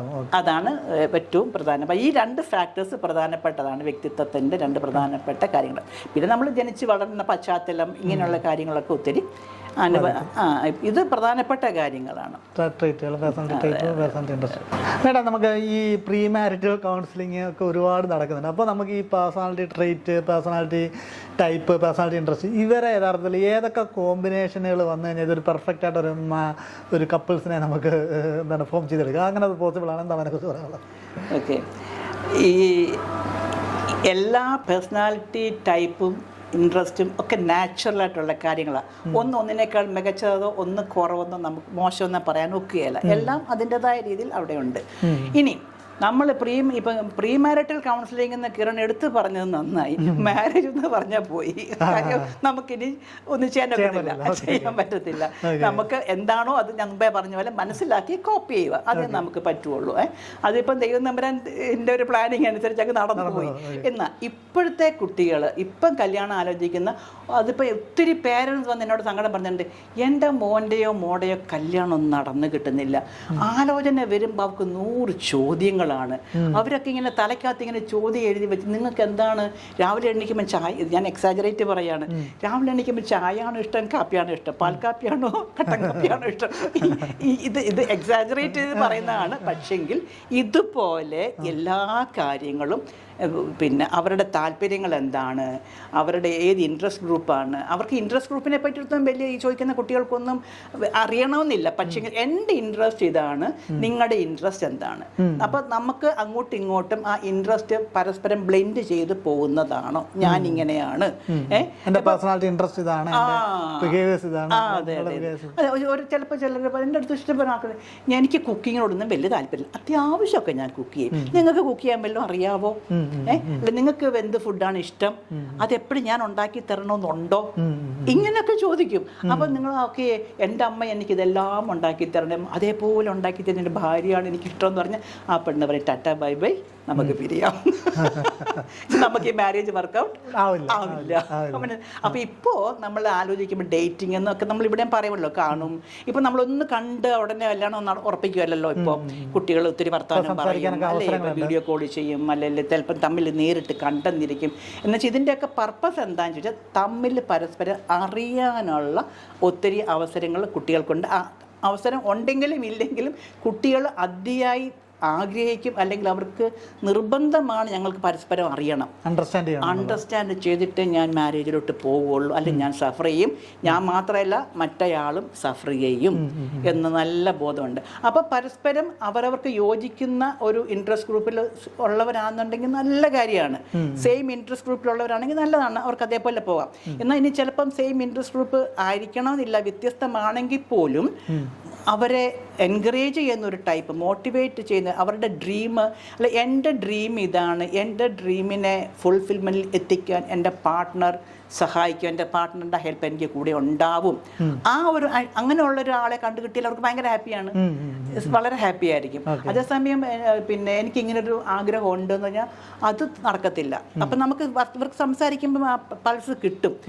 ഇദ്ദേഹം ഒരു കൺവെൻഷനായിട്ട് മാത്രം ചിന്തിക്കുന്ന ഒരാളാണ്, അല്ലെ ഇവളൊരു കൺവെൻഷനായിട്ട് മാത്രം ചിന്തിക്കുന്ന പെൺകുട്ടിയാണ്, എൻ്റെ ലൈഫിലെ ഡ്രീംസ് ഒന്നും ഈ പെൺകുട്ടിയുടെ കൂടെ എനിക്ക് ഒക്കലല്ല, അല്ലെ ഈ പയ്യൻ്റെ കൂടെ എനിക്ക് ഒക്കത്തില്ല എന്ന് അവർ തിരിച്ചറിയും. ആ തിരിച്ചറിയുമ്പോൾ അവർ വീട്ടിൽ പറയും ഇല്ല ഈ മാരേജ് ശരിയാവില്ല എന്ന് പറയും. സോ അങ്ങനെ ഒരു വേവ് ലെന്ത് ഉണ്ടാവണം. ഇന്നത്തെ കുട്ടികൾ വളരെ ബോധപൂർവ്വം ശ്രമിക്കുന്നുണ്ട്. അതായത് പ്രീ മാരിറ്റൽ കൗൺസിലൊക്കെ നല്ലതാണെന്നാണ് പറയുന്നത്. പ്രീ മാരിറ്റൽ കൗൺസിലിംഗ് എപ്പോഴും നല്ലതാണ്. മാച്ച് ചെയ്യുന്നുണ്ടെന്നുള്ളത് മാത്രമല്ല, അവർക്ക് ഒത്തിരി ഞാനൊരു 3 വർഷത്തോളം പ്രീ മാരിറ്റൽ കൗൺസിലിങ്ങിൻ്റെ ഒരു ചർച്ചിൻ്റെ ഡയറക്ടറായിട്ട് ഇരുന്നതാണ്. അപ്പോൾ അതാണ് കുടുംബം ഭൂമിയിലെ സ്വർഗം എന്നുള്ള എൻ്റെ ഒരു ബുക്ക്, അതിനുള്ള ഒരു സ്റ്റഡി മെറ്റീരിയലാണ്. അപ്പോൾ അതിനകത്ത് പിന്നെ നമ്മൾ 3 ദിവസത്തെ ക്ലാസ്സാണ് കുട്ടികൾക്ക്. ഇപ്പൊ കുറെ ടോപ്പിക്സ് ഉണ്ട്. ആശയവിനിമയം, കമ്മ്യൂണിക്കേഷൻ, എങ്ങനെയൊക്കെയാണ് ഹെൽത്തി കമ്മ്യൂണിക്കേഷൻ ഉള്ളതുണ്ട്. പിന്നെ സ്ത്രീ പുരുഷ മനഃശാസ്ത്രം, കാരണം സ്ത്രീ ചിന്തിക്കുന്ന പോലെ എല്ലാ പുരുഷൻ ചിന്തിക്കുക, ഇങ്ങനെയൊക്കെ. പ്രത്യേകിച്ച് സെക്സിനോടുള്ള അവരുടെ സമീപനം സ്ത്രീയുടെയും പുരുഷന്റെ എൻറ്റയർലി ഡിഫറെന്റ് ആണ്. സോ ഇതെല്ലാം, പിന്നെ സെക്സ് എഡ്യൂക്കേഷൻ, അപ്പോൾ ഇതൊക്കെ വളരെ ക്ലിയർ ആയിട്ട് പറയും. ഫാമിലിയിലോട്ട് പ്രവേശിക്കുന്ന മുമ്പ് ഇതെല്ലാം പറയും. പിന്നെ പ്രഗ്നൻസി, സേഫ് ടൈം, ഇങ്ങനെയുള്ള എല്ലാ കാര്യങ്ങളും നമ്മൾ ഈ മാരേജ് പ്രിപ്പറേഷൻ ക്ലാസ്സിനകത്ത് ഇതുണ്ട്. അവർക്ക് പരസ്പരം മനസ്സിലാക്കുന്ന കാര്യങ്ങളും ഇങ്ങനെ കുറേ ടോപ്പിക്സ് ഉണ്ട്, സിലബസ് ഉണ്ട്. അതിന് ആ സിലബസ് അനുസരിച്ചിട്ട് പഠിപ്പിക്കും. അതുകൊണ്ട് അവർക്ക് ഇപ്പം ഇത് മാത്രമല്ല, അവരുടെ ഓവറോൾ ഫാമിലി ലൈഫ് എന്താണെന്ന് അവരതിനകത്ത് ഇമോഷണൽ കല്യാണം കഴിക്കണമെങ്കിൽ എന്തൊക്കെയാണ് ഇമോഷണൽ മെച്യൂരിറ്റി വേണം, ഫിനാൻസിൽ, അതുപോലെ പിന്നെ അവരുടെ ഫാമിലി ബാക്ക്ഗ്രൗണ്ട്. ഇപ്പം ഒരു അമേരിക്കയിൽ ജനിച്ചു വളർന്ന ഒരു പെൺകുട്ടി, അപ്പോൾ ഒരു നാട്ടിലൊരു വില്ലേജിൽ വളർന്ന ആൺകുട്ടി. അപ്പോൾ അവരുടെ കാഴ്ചപ്പാടിൽ മുമ്പേ പറഞ്ഞില്ല ആദ്യം 3 കാര്യം: പെർസെപ്ഷൻ, തോട്ട് ഫോം, ആറ്റിറ്റ്യൂഡ്. അപ്പം കാഴ്ചപ്പാടിൽ വ്യത്യാസം ഉണ്ടാവും. ഇപ്പം അവിടെ വളർന്ന കുട്ടികൾക്ക് ചിലപ്പം വളരെ ഫ്രീ മൂവ്മെന്റ് ആയിരിക്കും, ഫ്രീ എക്സ്പ്രഷൻസ് ആയിരിക്കും. ഇവിടെ വരുമ്പം ഫ്രണ്ട്സിനെയൊക്കെ ചിലപ്പോൾ കെട്ടിപ്പിടിക്കും. നമ്മുടെ ഇവിടെയൊക്കെ ഇപ്പം സൗഹൃദപരമായ ഒരു എൻവയൺമെന്റ് സ്കൂൾ കോളേജ് തലങ്ങളിലുണ്ട്, എന്നാലും അത്ര ഫ്രീ എക്സ്പ്രഷൻസ് ഇല്ല. പക്ഷെ അവിടെ അങ്ങനെയല്ല. അപ്പം ഇവിടെ വരുമ്പം പിന്നെ ഫ്രണ്ട്സിനെയൊക്കെ അങ്ങനെ ഹഗ് ചെയ്യുകയാണെങ്കിൽ അപ്പോൾ നമുക്ക് ചിലപ്പോൾ ഒരു വില്ലേജിലുള്ള ആൾക്കാർക്ക് അത് ചിലപ്പോൾ അക്സെപ്റ്റ് ചെയ്യാൻ പറ്റത്തില്ല. അത് അവിടെ നല്ലൊരു സൗഹൃദ ബന്ധത്തിന്റെ എക്സ്പ്രഷൻസുമാണ്.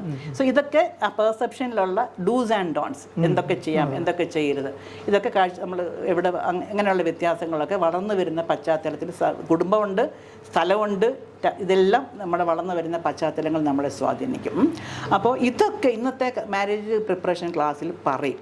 നിങ്ങളൊരു പാർട്ട്ണറെ കണ്ടെത്തുമ്പോൾ ഇതെല്ലാ ഫാക്ടേഴ്സും ഉണ്ട്. നമ്മളൊരാളെ പ്രണയത്തിൽ വീഴുന്നവരുണ്ട്. പ്രണയിക്കുമ്പം പ്രണയം സ്പോണ്ടേനിയസ് ആയിട്ട് ഉണ്ടാകുന്നില്ല. നമ്മളിതൊന്ന് നോക്കി ലാബിൽ ടെസ്റ്റ് ചെയ്ത് നോക്കിയിട്ടൊന്നുമല്ല പ്രണയം വരും. പ്രണയം സ്പോണ്ടേനിയസ് ആയിട്ട് വരുന്നൊരു കാര്യമാണ്. അത് എൻജോയ് ചെയ്യാം. പ്രണയം വളരെ നല്ലതാണ്, അതൊരു കുഴപ്പമില്ല, ഇഷ്ടം, പ്രണയം ഒക്കെ ഉണ്ടാവാം. പക്ഷേങ്കിൽ ഞാൻ ഈ പ്രണയിക്കുന്നവരോടൊക്കെ അല്ലെങ്കിൽ സ്കൂൾ കോളേജ് ക്ലാസ്സിലൊക്കെ ആകുമ്പോൾ നിങ്ങൾക്ക് പ്രണയം കാണും, നല്ലതാണ്, പ്രണയിച്ചോളൂ. പക്ഷേങ്കിൽ കമ്മിറ്റ്മെന്റ് എന്നൊരു സംഭവം എടുക്കണമെങ്കിൽ നിങ്ങൾ ഈ പറഞ്ഞ ഫാക്ടേഴ്സൊക്കെ നോക്കിയിട്ട് ഇതെൻ്റെ ജീവിത പങ്കാളിയാണ്, എൻ്റെ ജീവിത പങ്കാളിയാകാൻ പറ്റും എന്നുള്ളത് തീരുമാനം പ്രണയം കൊണ്ട് മാത്രം എടുക്കരുത്. കാര്യം പ്രണയം കൊണ്ട് നിങ്ങളിപ്പോൾ പ്രണയിക്കുന്ന കുറച്ച് ഫാക്ടേഴ്സ് കാണും, കല്യാണം കഴിയുമ്പോൾ ഈ ഫാക്ടേഴ്സൊക്കെ പോകും, പിന്നാണ് മറ്റ് ഫാക്ടേഴ്സ് വരിക. അപ്പോൾ അത് നിങ്ങൾ ഇപ്പോഴേ നമ്മൾ വളർന്ന സാഹചര്യങ്ങൾ, അവരുടെ കമ്മ്യൂണിക്കേഷൻ എങ്ങനെയാണ്, ഇങ്ങനെയൊക്കെ ബേസിക് റെസ്പെക്റ്റ് ഉണ്ടോ, ഈ കാര്യം പറഞ്ഞ കാര്യങ്ങളെല്ലാം നമ്മൾ മനസ്സിലാക്കിയിട്ട് അത് നമ്മൾ പിന്നെ വേറൊന്ന് പ്രണയിക്കുന്നവരോട് ഞാൻ പറയാറുണ്ട്, സ്കൂളിലൊക്കെ പോകുമ്പം നമ്മൾ പ്രണയിക്കുമ്പോഴേ നമ്മളുടെ ഗ്രാഫ് മേളിലോട്ടാണോ താഴോട്ടാണോ പോകണമെന്ന് നോക്കണം. അതെന്താന്ന് ചോദിച്ചാൽ ഗ്രാഫ് എന്ന് പറയുമ്പോൾ നമ്മുടെ സ്റ്റഡീസ് ഉണ്ട്, ഫാമിലി റിലേഷൻഷിപ്പ് ഉണ്ട്. പണ്ട് ഒരിക്കലും ഒരു പയ്യൻ പറയാൻ ബ്രേക്ക് ഡൗൺ ആയി, കരയുകയാണ്. ആൻഡ് ഞാൻ കോളേജിൽ നിന്ന് ഇറങ്ങി കഴിഞ്ഞാൽ ഞങ്ങൾ തമ്മിൽ ടാറ്റ ബൈ ബൈ പറഞ്ഞ് ഞാൻ അവളെ ബസ് കയറ്റി വിട്ടിട്ടാണ് എൻ്റെ ബസ് പിടിക്കാൻ പോകുന്നത്. അപ്പോൾ കയറ്റി വിട്ടു. പിന്നെ ഞാൻ ഫോണില്ല, അവൾ ഫോണില്ല, ഇങ്ങനെ ഇരിക്കും. ബസ്സിൽ നിന്ന് ഇറങ്ങും, ഫോണിലാണ്. എടാ നീ വീട്ടിലെത്തിയോ? ഞാൻ വീട്ടിലെത്തി. നീ വീട്ടിലെത്തിയോടി? എത്തി. അപ്പോൾ ഞാൻ ചായ കുടിക്കാൻ, അവളും വീട്ടിലെത്തി ചായ കുടിക്കുമ്പോൾ ഞാൻ ചായ കുടിക്കും. അമ്മ ചായ ചായ എന്ന് പറഞ്ഞുകൊണ്ട് ഇരിക്കുകയാണ്. പക്ഷേ ഇവളും വീട്ടിലെത്തിയിട്ട് ഇവൻ ചായ കുടിക്കാൻ പോവുള്ളൂ. എന്നിട്ട് അത് ഫോണിലാണ്. പിന്നെ കഴിക്കാൻ പോകുമ്പോഴും ഉറങ്ങുമ്പോഴും ഇത് കഴിഞ്ഞിട്ട് 1-2 മണിക്കൊക്കെയാണ് ഇവർ ഉറങ്ങാൻ പോണത്, ഈ ഫോണിലാണ്. അപ്പോൾ ഇങ്ങനെ അപ്പം ഇവരുടെ ഗ്രാഫ് നോക്കുമ്പോൾ മാർക്ക് നോക്കണം. ഇവൻ കുറേ സപ്ലൈ കിട്ടി തോറ്റു, കോളേജ് ബിടെക് തീർത്തു. അപ്പം ഇവൻ്റെ പഠനത്തിൻ്റെ ഗ്രാഫ് താഴോട്ട് പോയി. കാരണം അങ്ങനെ ഇതിനേ സമയമുള്ളൂ. കോളേജിൽ നിന്ന് ഇറങ്ങുമ്പോൾ തൊട്ട് ഉറങ്ങുന്ന ഇതേ സമയമുള്ളൂ. അവൻ്റെ പഠനത്തിൻ്റെ ഗ്രാഫ് പോയി. റിലേഷൻഷിപ്പ്, വീടുമായിട്ട് യാതൊരു ബന്ധവും ഇല്ല. അത്രയും നാളും വീട്ടിലെല്ലാവരോടും മിണ്ടിയും പറഞ്ഞും കളിച്ചും ചിരിച്ചും ഇരുന്ന ആൾക്ക് ഇപ്പം അവൻ എപ്പോഴും മുറിക്കാതിരിക്കുക. പഠിത്തം അവൻ പറയും എനിക്ക് പ്രോജക്റ്റ് ഉണ്ട്, മറ്റുണ്ട് മറിച്ചുണ്ടെന്നൊക്കെ ആയിരിക്കും. പക്ഷേ ഇവളോട് സംസാരിച്ചുകൊണ്ടിരിക്കുക. So relationship. പിന്നെ പലരും കൂട്ടുകാരെ കട്ട് ചെയ്യും, ഫ്രണ്ട്സിനെ കട്ട് ചെയ്യും. ചിലരുണ്ട് പൊസസീവാണ്. പെമ്പിള്ളേർ പറയും ഞാനല്ല, നീ അവരോടൊന്നും അധികം കമ്പനി കൂടണ്ട. ചില ചെറുക്കന്മാർ പറയും നീ അവന്മാരോടൊന്നും കമ്പനി കൂടണ്ട. അപ്പോൾ എന്തോ നീയാണ് എൻ്റെ, ഞാനാണ് നിൻ്റെ, അവരിലേക്ക് അങ്ങ് ചുരുങ്ങുക. അതും ഇപ്പം പ്രണയിക്കുമ്പോൾ നല്ലതാണ്, പക്ഷെ കല്യാണം കഴിയുമ്പോൾ പൊസസീവ്നെസ് ഒക്കെ പ്രശ്നമായിട്ട് മാറും. അപ്പോൾ ഈ ഗ്രാഫ് മേളോട്ട് പോകുന്ന താഴോട്ട് പോകണമെന്ന് നോക്കണം. താഴോട്ടാണ് പോകുന്നതെന്നുണ്ടെങ്കിൽ അതൊരു ഹെൽത്തി ബ്രേക്ക് ചെയ്യണം. നമ്മൾ കമ്മിറ്റ്മെന്റിലേക്ക് പോകരുത് എന്നുള്ളതാണ് കാര്യം. നമ്മളെപ്പോഴും നമ്മുടെ ഒരു ബൗണ്ടറി വെക്കണം. ഇന്നതാവാം. ഒത്തിരി കുട്ടികൾ എനിക്കത് വേദനയോടെ പറയാതിരിക്കുമ്പോൾ നമ്മൾ ഇത് ഒത്തിരി +1 +2 ആ കാലഘട്ടത്തിലുള്ള കുട്ടികൾ വീട്ടിൽ നിന്ന് ഇറങ്ങിപ്പോകുന്നവർ വരെ ഉണ്ട്. അപ്പം അവർ ബൗണ്ടറീസ് ഒന്നും വെച്ചിട്ടില്ല. അപ്പം അവർക്ക് അതിനൊക്കെ നമ്മളിപ്പോൾ പഠിപ്പിക്കും. നിങ്ങൾ ബൗണ്ടറീസ് വയ്ക്കണം. എവിടെ വരെ നോ പറയേണ്ടിടത്ത് നോ പറയാൻ പഠിക്കണം. അല്ല അവിടെ പോകാം, ഇവിടെ പോകാം. നമുക്ക് എവിടെ എങ്ങനെയാണോ സേഫ്, നമ്മുടെ സേഫ് സൈഡ് നമ്മളെപ്പോഴും നോക്കണം. പ്രണയം എന്ന് പറയുമ്പോൾ പ്രണയിക്കുന്ന ആൾ പറയുന്ന എല്ലാം അങ്ങ് ചെയ്യുക എന്നുള്ളതല്ല. ഞാനത് പലരും ഞാനത് വേണ്ടെന്ന് പറഞ്ഞാൽ അവൻ എന്നെ ഇട്ടിട്ട് പോകുന്ന പേടിച്ചു പോയി. ഞാൻ പറഞ്ഞു പോട്ടെ, നിനക്ക് ശരിയല്ലെന്ന് തോന്നുന്ന കാര്യം ചെയ്ത് അവിടെ നിൽക്കുന്നതാണോ, നിനക്ക് ശരിയല്ലെന്ന് തോന്നുന്ന കാര്യത്തെ ബഹുമാനിക്കുന്ന ഒരാളാണോ നിന്നെ കൂടുതൽ സ്നേഹിക്കുക. അപ്പം ഞാൻ ആരാണോ എന്താണോ എന്നെ സ്നേഹിക്കുന്ന ഒരാളെയാണ് എൻ്റെ ഫ്രണ്ട്. അല്ലാതെ ആൾ പറയുന്നതൊക്കെ ഞാൻ ചെയ്യുന്നതല്ല എന്നുള്ളൊരു ബോധം നമുക്ക് ഉണ്ടാകും. നമ്മുടെ സ്കൂളിലും കോളേജിലും ക്ലാസ് എടുക്കാൻ പോകുമ്പോൾ കുട്ടിகள் ആ ഒരു അവയർനെസ് കൊടുക്കും. നോ പറയേണ്ടടുത്ത് നോ പറയാൻ പഠിക്കണം കുഞ്ഞുങ്ങൾ. അതാണ്. ഓക്കെ മാഡം, അടുത്തായിട്ട് എനിക്ക് ചോദിക്കാനുള്ളത്, ഭാര്യ ഭർത്താക്കന്മാരുടെ ഇടയിൽ മാതാപിതാക്കളുടെ ഒരു പേരൻറ്റിങ്, അവരുടെ ഒരു വിവാഹശേഷവും നടന്നു പോകുന്നതായിട്ട് ഞാൻ ഒബ്സർവ് ചെയ്തിട്ടുണ്ട്. സത്യം പറഞ്ഞാൽ ഞാൻ മനസ്സിലാക്കുന്നത് ഒരു 18 വയസ്സ് വരെ ആകുമ്പോൾ, അതാണ് യൂറോപ്യൻ കൺട്രിയിൽ ഒരു യൂറോപ്യൻ സ്റ്റാൻഡേർഡ്സ് ഒക്കെയാണ്, 18 വയസ്സ് വരെ ആകുമ്പോൾ ഇവരുടെ മാതാപിതാക്കളുടെ പേരൻറ്റിങ് അവസാനിപ്പിക്കുകയും അവരെ സ്വന്തമായിട്ട് അവരുടെ സ്വന്തം കാലിൽ നിൽക്കാൻ പ്രേരിപ്പിക്കുകയും അവരുടെ ഇണങ്ങളെ കണ്ടെത്താൻ ഒക്കെ അവർ തേടിപ്പോയി അവർ തന്നെ കണ്ടെത്തേണ്ടതാണ്. പക്ഷെ നമ്മുടെ ഇന്ത്യൻ സാഹചര്യത്തിൽ അത് അങ്ങനെയല്ല. പക്ഷെ അതുകൊണ്ട് ഈ പേരൻറ്റിങ് എന്ന് പറയുന്നത്, അതായത് മാതാപിതാക്കളുടെ പേരൻറ്റിങ് എപ്പോഴാണ് അവസാനിക്കുന്നത്, ഈ പേരൻറ്റിങ് എങ്ങനെയാണ് കുടുംബജീവിതത്തിൽ പ്രശ്നങ്ങൾ ഉണ്ടാക്കുന്നത്, അതിനെക്കുറിച്ചൊന്ന് സംസാരിക്കാം. ഓക്കെ, ആദ്യം പറഞ്ഞു നമ്മൾ മറ്റ് രാജ്യങ്ങളിലെ കാര്യം പറഞ്ഞു. അത് കഴിഞ്ഞിട്ട് നമ്മുടെ രാജ്യത്തിലെ വരാം. അത് ശരിയാണ്. വിദേശ രാജ്യങ്ങളിലൊക്കെ അവർ പറയും 18 വയസ്സ്, അവിടെ ഒരു ഗ്രാജുവേഷൻ സെറമണി ഉണ്ട് 12th കഴിയുമ്പോൾ. ഞാൻ 3 വർഷം US-ലുണ്ട്. അപ്പോൾ അവിടെ US-ലൊക്കെ ചെയ്യുന്ന ഗ്രാജുവേഷൻ സെറമണി വലിയൊരു സംഭവമാണ്. അപ്പോൾ കുട്ടികൾക്ക് 18 വയസ്സ് കഴിഞ്ഞ് പിന്നെ അവിടെ യൂണിവേഴ്സിറ്റിയോട്ട് വിടുക. അപ്പോൾ യൂണിവേഴ്സിറ്റി വിട്ട് കഴിയുമ്പോൾ അവർക്ക് കുറേ ഗിഫ്റ്റായിട്ട് പൈസ കിട്ടും. നിങ്ങൾ അവർ അതുകൊണ്ട് ബേസ് ചെയ്ത് അവർ യൂണിവേഴ്സിറ്റിയിൽ ഒരു അപ്പാർട്ട്മെൻ്റ് ഒക്കെ എടുത്ത് റൂമൊക്കെ എടുത്ത് അവർ താമസിക്കുകയാണ്. പിന്നെ അവിടെയുള്ള കുട്ടികളെല്ലാം പറയുന്നത് നമ്മുടെ വീട്ടിലേക്ക് നമ്മുടെ കുട്ടികൾ ഇന്ത്യൻസ് പറയും ഞാൻ എൻ്റെ പേരൻസിൻ്റെ ഞാൻ എൻ്റെ വീട്ടിലേക്ക് പോകാൻ പറയും. പക്ഷെ അവിടുത്തുകാർ പിന്നെ പറഞ്ഞു ഞാൻ എൻ്റെ പേരൻസിൻ്റെ വീട്ടിലേക്ക് പോവുക. അവിടെ തന്നെ ആശയപരമായി I am going to my parents house. ജനിച്ചു വളർന്ന വീട്ടിലേക്ക് പോകുന്നതിനായി പറയുന്നത് ഞാൻ എൻ്റെ പേരൻസിൻ്റെ വീട്ടിലേക്കാണ് പോകണമെന്ന്. ഡിറ്റാച്ച് ചെയ്ത് കഴിഞ്ഞു, മനസ്സിലായി? ഞാൻ ആ വീട്ടിലല്ല ഇപ്പോൾ, ഞാൻ ഡിറ്റാച്ച് ചെയ്തു. ആ പേരൻസിന് നൗ യു ആർ, നീ നിന്റെയാണ്, നീ നിന്റെ ക്യാമ്പസിൽ എത്തുന്നതോടുകൂടി തന്നെ 18 വയസ്സ് കഴിഞ്ഞു, ഗ്രാജുവേഷൻ കഴിഞ്ഞു, നീ ഇനി നിൻ്റെ വഴിയാണ്, നീ പഠിക്കുക, നീ ജോലി കണ്ടെത്തുക, പിന്നെ ഞങ്ങൾ പേരൻസായിട്ട് കൂടെ ഉണ്ടാവും, ഞങ്ങൾ നിന്നെ സപ്പോർട്ട് ചെയ്യും, നിനക്ക് എന്തൊക്കെ കാര്യങ്ങൾ വേണോ, ഗൈഡൻസ് വേണോ, ഞങ്ങൾ പേരൻസായിട്ട് ഇവിടെ ഉണ്ട്, അപ്പോൾ വരാം. പക്ഷെ ബാക്കിയൊക്കെ നിൻ്റെ ഉത്തരവാദിത്തമാണ്. ചില നല്ലൊരു പിള്ളേർ അവർ തന്നെ ലോൺ എടുക്കും, പഠിക്കും, പഠിച്ച് ജോലി കിട്ടിയിട്ട് ലോൺ തീർക്കും. അല്ല അവിടെ ജോലി ചെയ്യുന്നതിനോടൊപ്പം പഠിക്കുന്നതിനോടൊപ്പം തന്നെ നല്ല പങ്ക് വിദ്യാർത്ഥികൾ ജോലി ചെയ്യും, എന്തെങ്കിലുമൊക്കെ ജോലി ചെയ്യും. ചിലപ്പം മാക്ഡൊണാൾഡ്സോ അല്ലെ എവിടെയെങ്കിലും മാളുകളിലൊക്കെ നിൽക്കുന്നതാവാം. പക്ഷെ അവരവർ പഠിക്കുന്നതുമായി ബന്ധപ്പെട്ട് ചിലർക്ക് ജോലി കിട്ടും, അല്ലെ ഇങ്ങനെയൊക്കെ. പക്ഷെ അവർ സ്വന്തമായി ജീവിച്ച് പഠിക്കുകയാണ്. സോ ആ ഡിറ്റാച്ച്മെന്റ് ഞാനാണ്. പിന്നെ അവർ നിങ്ങൾ എവിടെ പോയി, എന്തെടുത്തു, ഇങ്ങനൊന്നും അവർ ഇന്റർഫിയർ ചെയ്യത്തില്ല. അതാണ് അവിടുത്തെ ഒരു കൾച്ചർ. ഇതൊക്കെ 50 വർഷം മുമ്പ് യൂറോപ്യൻ കൺട്രീസിലൊക്കെ വന്നിട്ടുണ്ടല്ലേ ഈ ഒരു കൾച്ചർ? എങ്ങനെ ഒരു 50 വർഷം മുമ്പേ ഈ കൾച്ചർ? 50 വർഷം എന്ന് പറയാൻ പറ്റില്ല, ഇപ്പം ഉണ്ട്. എനിക്കത് എത്ര വർഷം തൊട്ടാണോ എന്ന് എനിക്കറിയില്ല. പക്ഷേ കുറേയൊക്കെ മുമ്പ് നമ്മുടെ നാട്ടിലെ പോലൊക്കെ ആയിരുന്നു കേട്ടോ. എൻ്റെ പ്രൊഫസേഴ്സ് ഒക്കെ പറഞ്ഞിട്ടുണ്ട്. ഒരു മാഡം പറഞ്ഞ് എനിക്ക് ഓർക്കുന്നുണ്ട്, അവർക്ക് പിന്നെ എന്താണ് അവരുടെ സൺഡേ ഡ്രസ്സ് ചെയ്തിടണമെന്ന് അമ്മയായിരുന്നു ഇട്ട് കൊടുക്കുന്നത്. ഇത് സൺഡേ ഡ്രസ്സ് ചെയ്ത് പിന്നെ മറ്റ് ഡ്രസ്സ് ഇങ്ങനെയൊക്കെ. സോ ഇത് ട്രാൻസിഷൻ, അതെ, കുറെ നാളായി ട്രാൻസിഷൻ ഉണ്ട് അവിടെയും സാമൂഹ്യ സ്ട്രക്ചറിലൊക്കെ ട്രാൻസിഷൻ ഉണ്ടായിട്ടുണ്ട്. അപ്പം അങ്ങനെയുണ്ട്. അപ്പം സ്റ്റേറ്റിന്റെ ഉത്തരവാദിത്തമല്ലേ അവരുടെ ഇവർ വയസ്സാവുന്ന മാതാപിതാക്കളുടെ അവരുടെ പേഴ്സണൽ ആയിട്ടുള്ള കണ്ടെത്തുന്ന അവരുടെ ഉത്തരവാദിത്തമാണ്. അല്ല കുട്ടികളല്ല അവരെ നോക്കേണ്ടത്, കുട്ടികളുടെ ജോലിയല്ല പേരൻസിനെ നോക്കേണ്ടത്. അതായത് ഇവർ തന്നെയാണ് ഇവരുടെ ലക്ഷ്യത്തിലാക്കുക. അവരുടെ വീട്ടിൽ നിന്ന് അങ്ങനെ അങ്ങനെ പോകുന്നത്. Okay sir.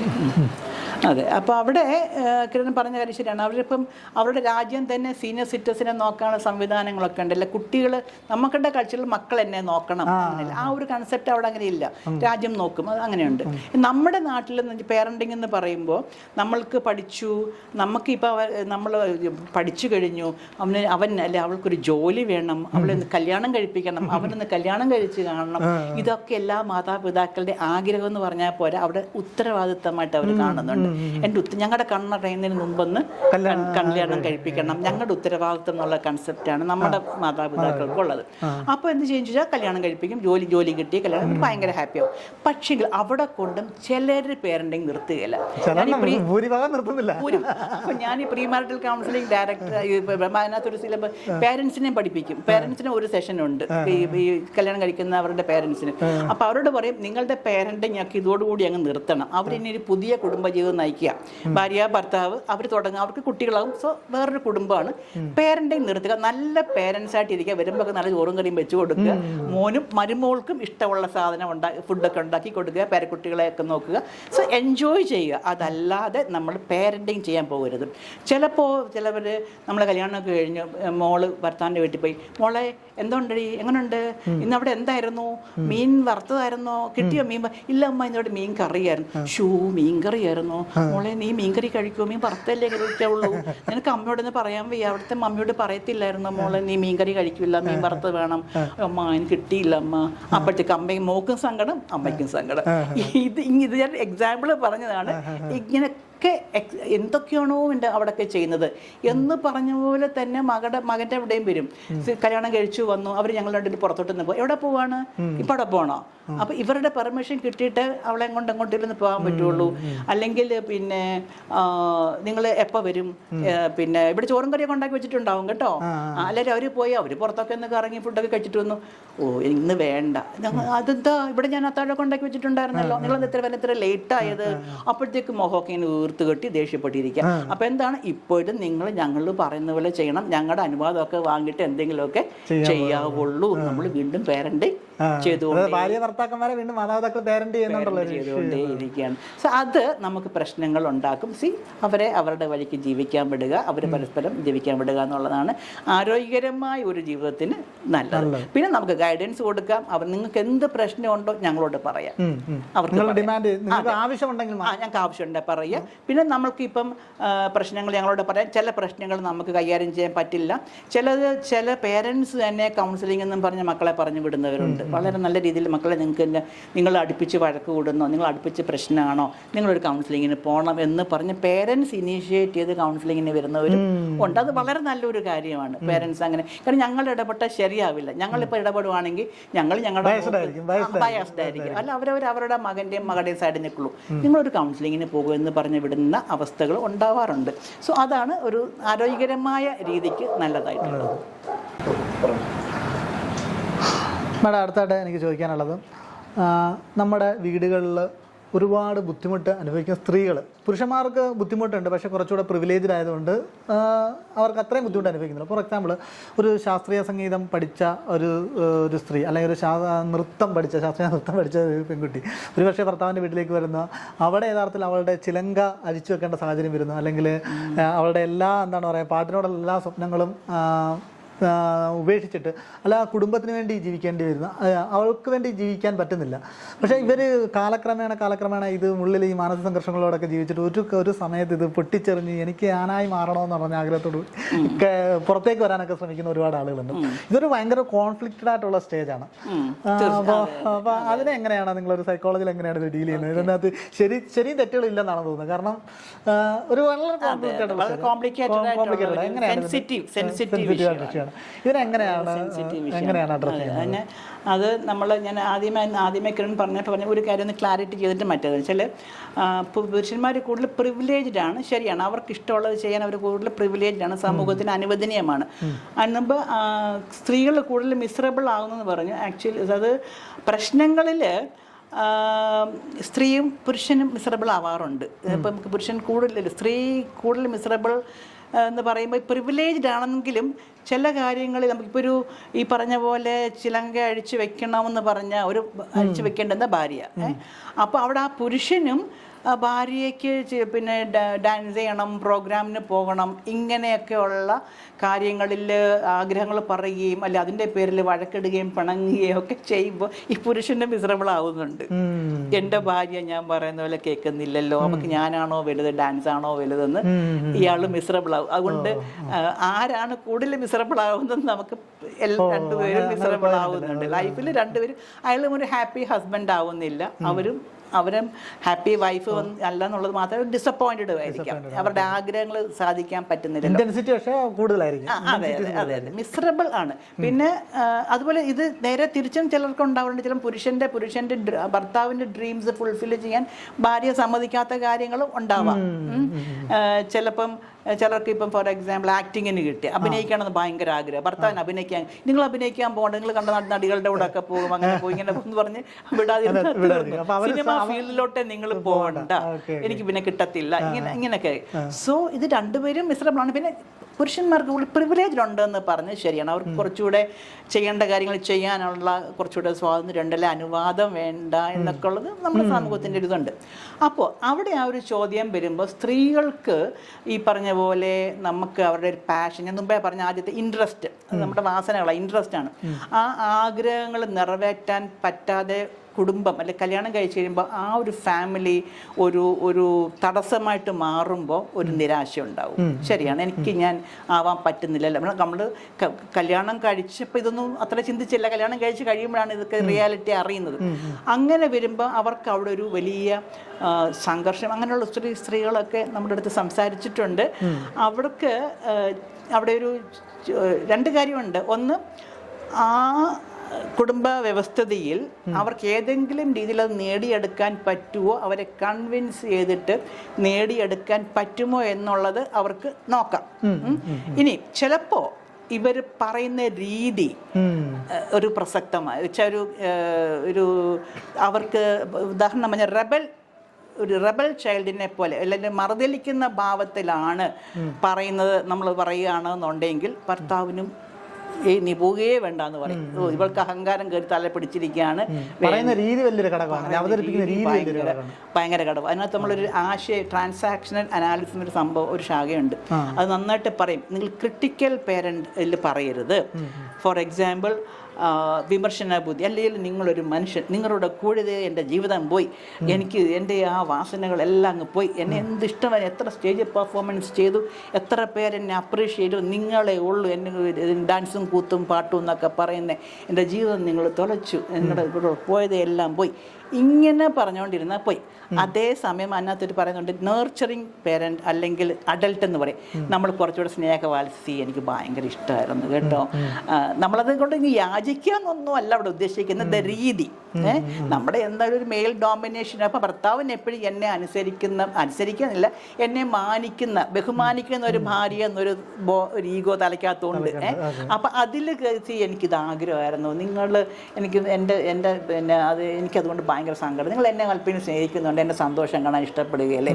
ഇങ്ങനെ നമ്മൾ ഡിപ്ലോമാറ്റിക് നയതന്ത്രം, ഒരു നയപരമായ രീതിയിലൊക്കെ ചോദിച്ചാൽ അവർ ചിലപ്പം ഒരു പാവം ശരിയാണല്ലോ, ഇവിടെ എല്ലാ കാര്യങ്ങളും ചെയ്യുന്നുണ്ടല്ലോ, അങ്ങനെ പോയിട്ട് പോകുന്ന സ്ത്രീകളെ എനിക്കറിയാം. അവർ വീട്ടിലെ കാര്യങ്ങളൊക്കെ ചെയ്ത് ഭർത്താവുമായിട്ടെല്ലാം അത് പെട്ടെന്നായിരിക്കില്ല അനുവാദം കിട്ടും. നമ്മളൊരു നയപരമായ രീതിയിൽ പറഞ്ഞിട്ട് അപ്പം ഭർത്താവിന് ഇവിടെ പോയിട്ട് കുഴപ്പമൊന്നുമില്ല, എനിക്ക് കിട്ടേണ്ട ബഹുമാനവും വിലയും ഒക്കെ ഇവിടെ തരുന്നുണ്ട്, ഞങ്ങളുടെ കാര്യങ്ങളൊക്കെ എൻ്റെയും കുട്ടികളുടെയും കാര്യങ്ങളൊക്കെ ചെയ്യുന്നുണ്ട്, അത് പോയി എൻജോയ് ചെയ്തോട്ടെ, അല്ലെ അവൾ പോയി പഠിച്ചോട്ടെ, അല്ലെ അവൾ പോയി ഡാൻസ് എന്തെങ്കിലുമൊക്കെ ചെയ്തോട്ടെ, പാട്ട് പഠിച്ചോട്ടെ എന്നൊക്കെ ചിലപ്പോൾ ചിന്തിക്കാം.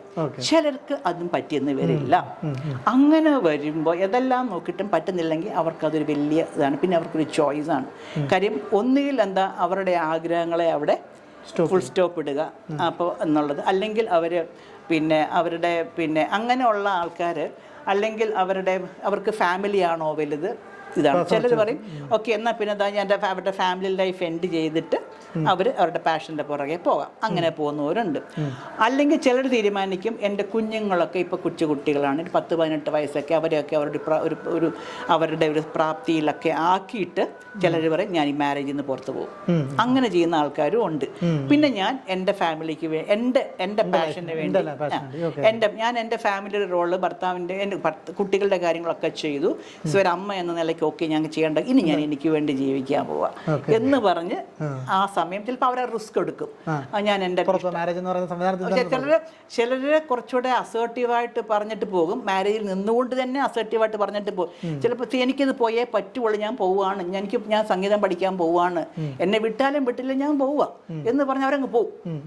ചിലപ്പം കുറെ കഴിയുമ്പോൾ ഭർത്താവിനും നോ പറയാനൊക്കത്തില്ലായിരിക്കും, അവൾ അത്രയ്ക്ക് അസേർട്ടീവാണ് പോകും, പക്ഷെ കുടുംബം ഒന്നും തകരാതെ അങ്ങ് പോകും. ചിലർ അതൊട്ടും ഒക്കുന്നില്ല, ഭയങ്കര പ്രശ്നമാണെന്നുണ്ടെങ്കിൽ ചിലർ മാരേജ് ഡ്രോപ്പ് ചെയ്ത് മാരേജിൽ നിന്ന് പുറത്ത് പോയിട്ട് ചെയ്യും. അപ്പം ഫാമിലി പോയെന്നിരിക്കും. അപ്പോഴത്തേക്ക് അവർ കുട്ടികളെയും പറഞ്ഞൊക്കെ മനസ്സിലാക്കിയിട്ട് അങ്ങനെ പോകുന്നവരും ഉണ്ട്. പക്ഷെ അതൊരു ചോയ്സാണ്, ചോയ്സാണ്. പിന്നെ അതൊരു പേഴ്സണൽ ചോയ്സാണ്. അത് എന്താണെന്നാലും അതിൻ്റെ കോൺസിക്വൻസ് എന്താണെങ്കിലും അതിനെ നേരിടാൻ നമ്മൾ പ്രാപ്തരാകണം. പിന്നെ ഗിൽറ്റ് അടിക്കരുത്, അയ്യോ ഞാൻ എൻ്റെ കുട്ടികളെ അല്ല എൻ്റെ ഭർത്താവിനെ അതിൽ ഇട്ടിട്ട് പോരുന്നു, അവിടെയുള്ള പലതും കളഞ്ഞായിരിക്കും നമ്മൾ ഇതിനു വേണ്ടി പോകുന്നത്. ചിലപ്പോൾ അത്ര ഈസി ആവണമെന്നില്ല, നമ്മൾ ഇറങ്ങുന്ന കഴിയുമ്പോൾ അത് ഈസി ആവണമെന്നില്ല.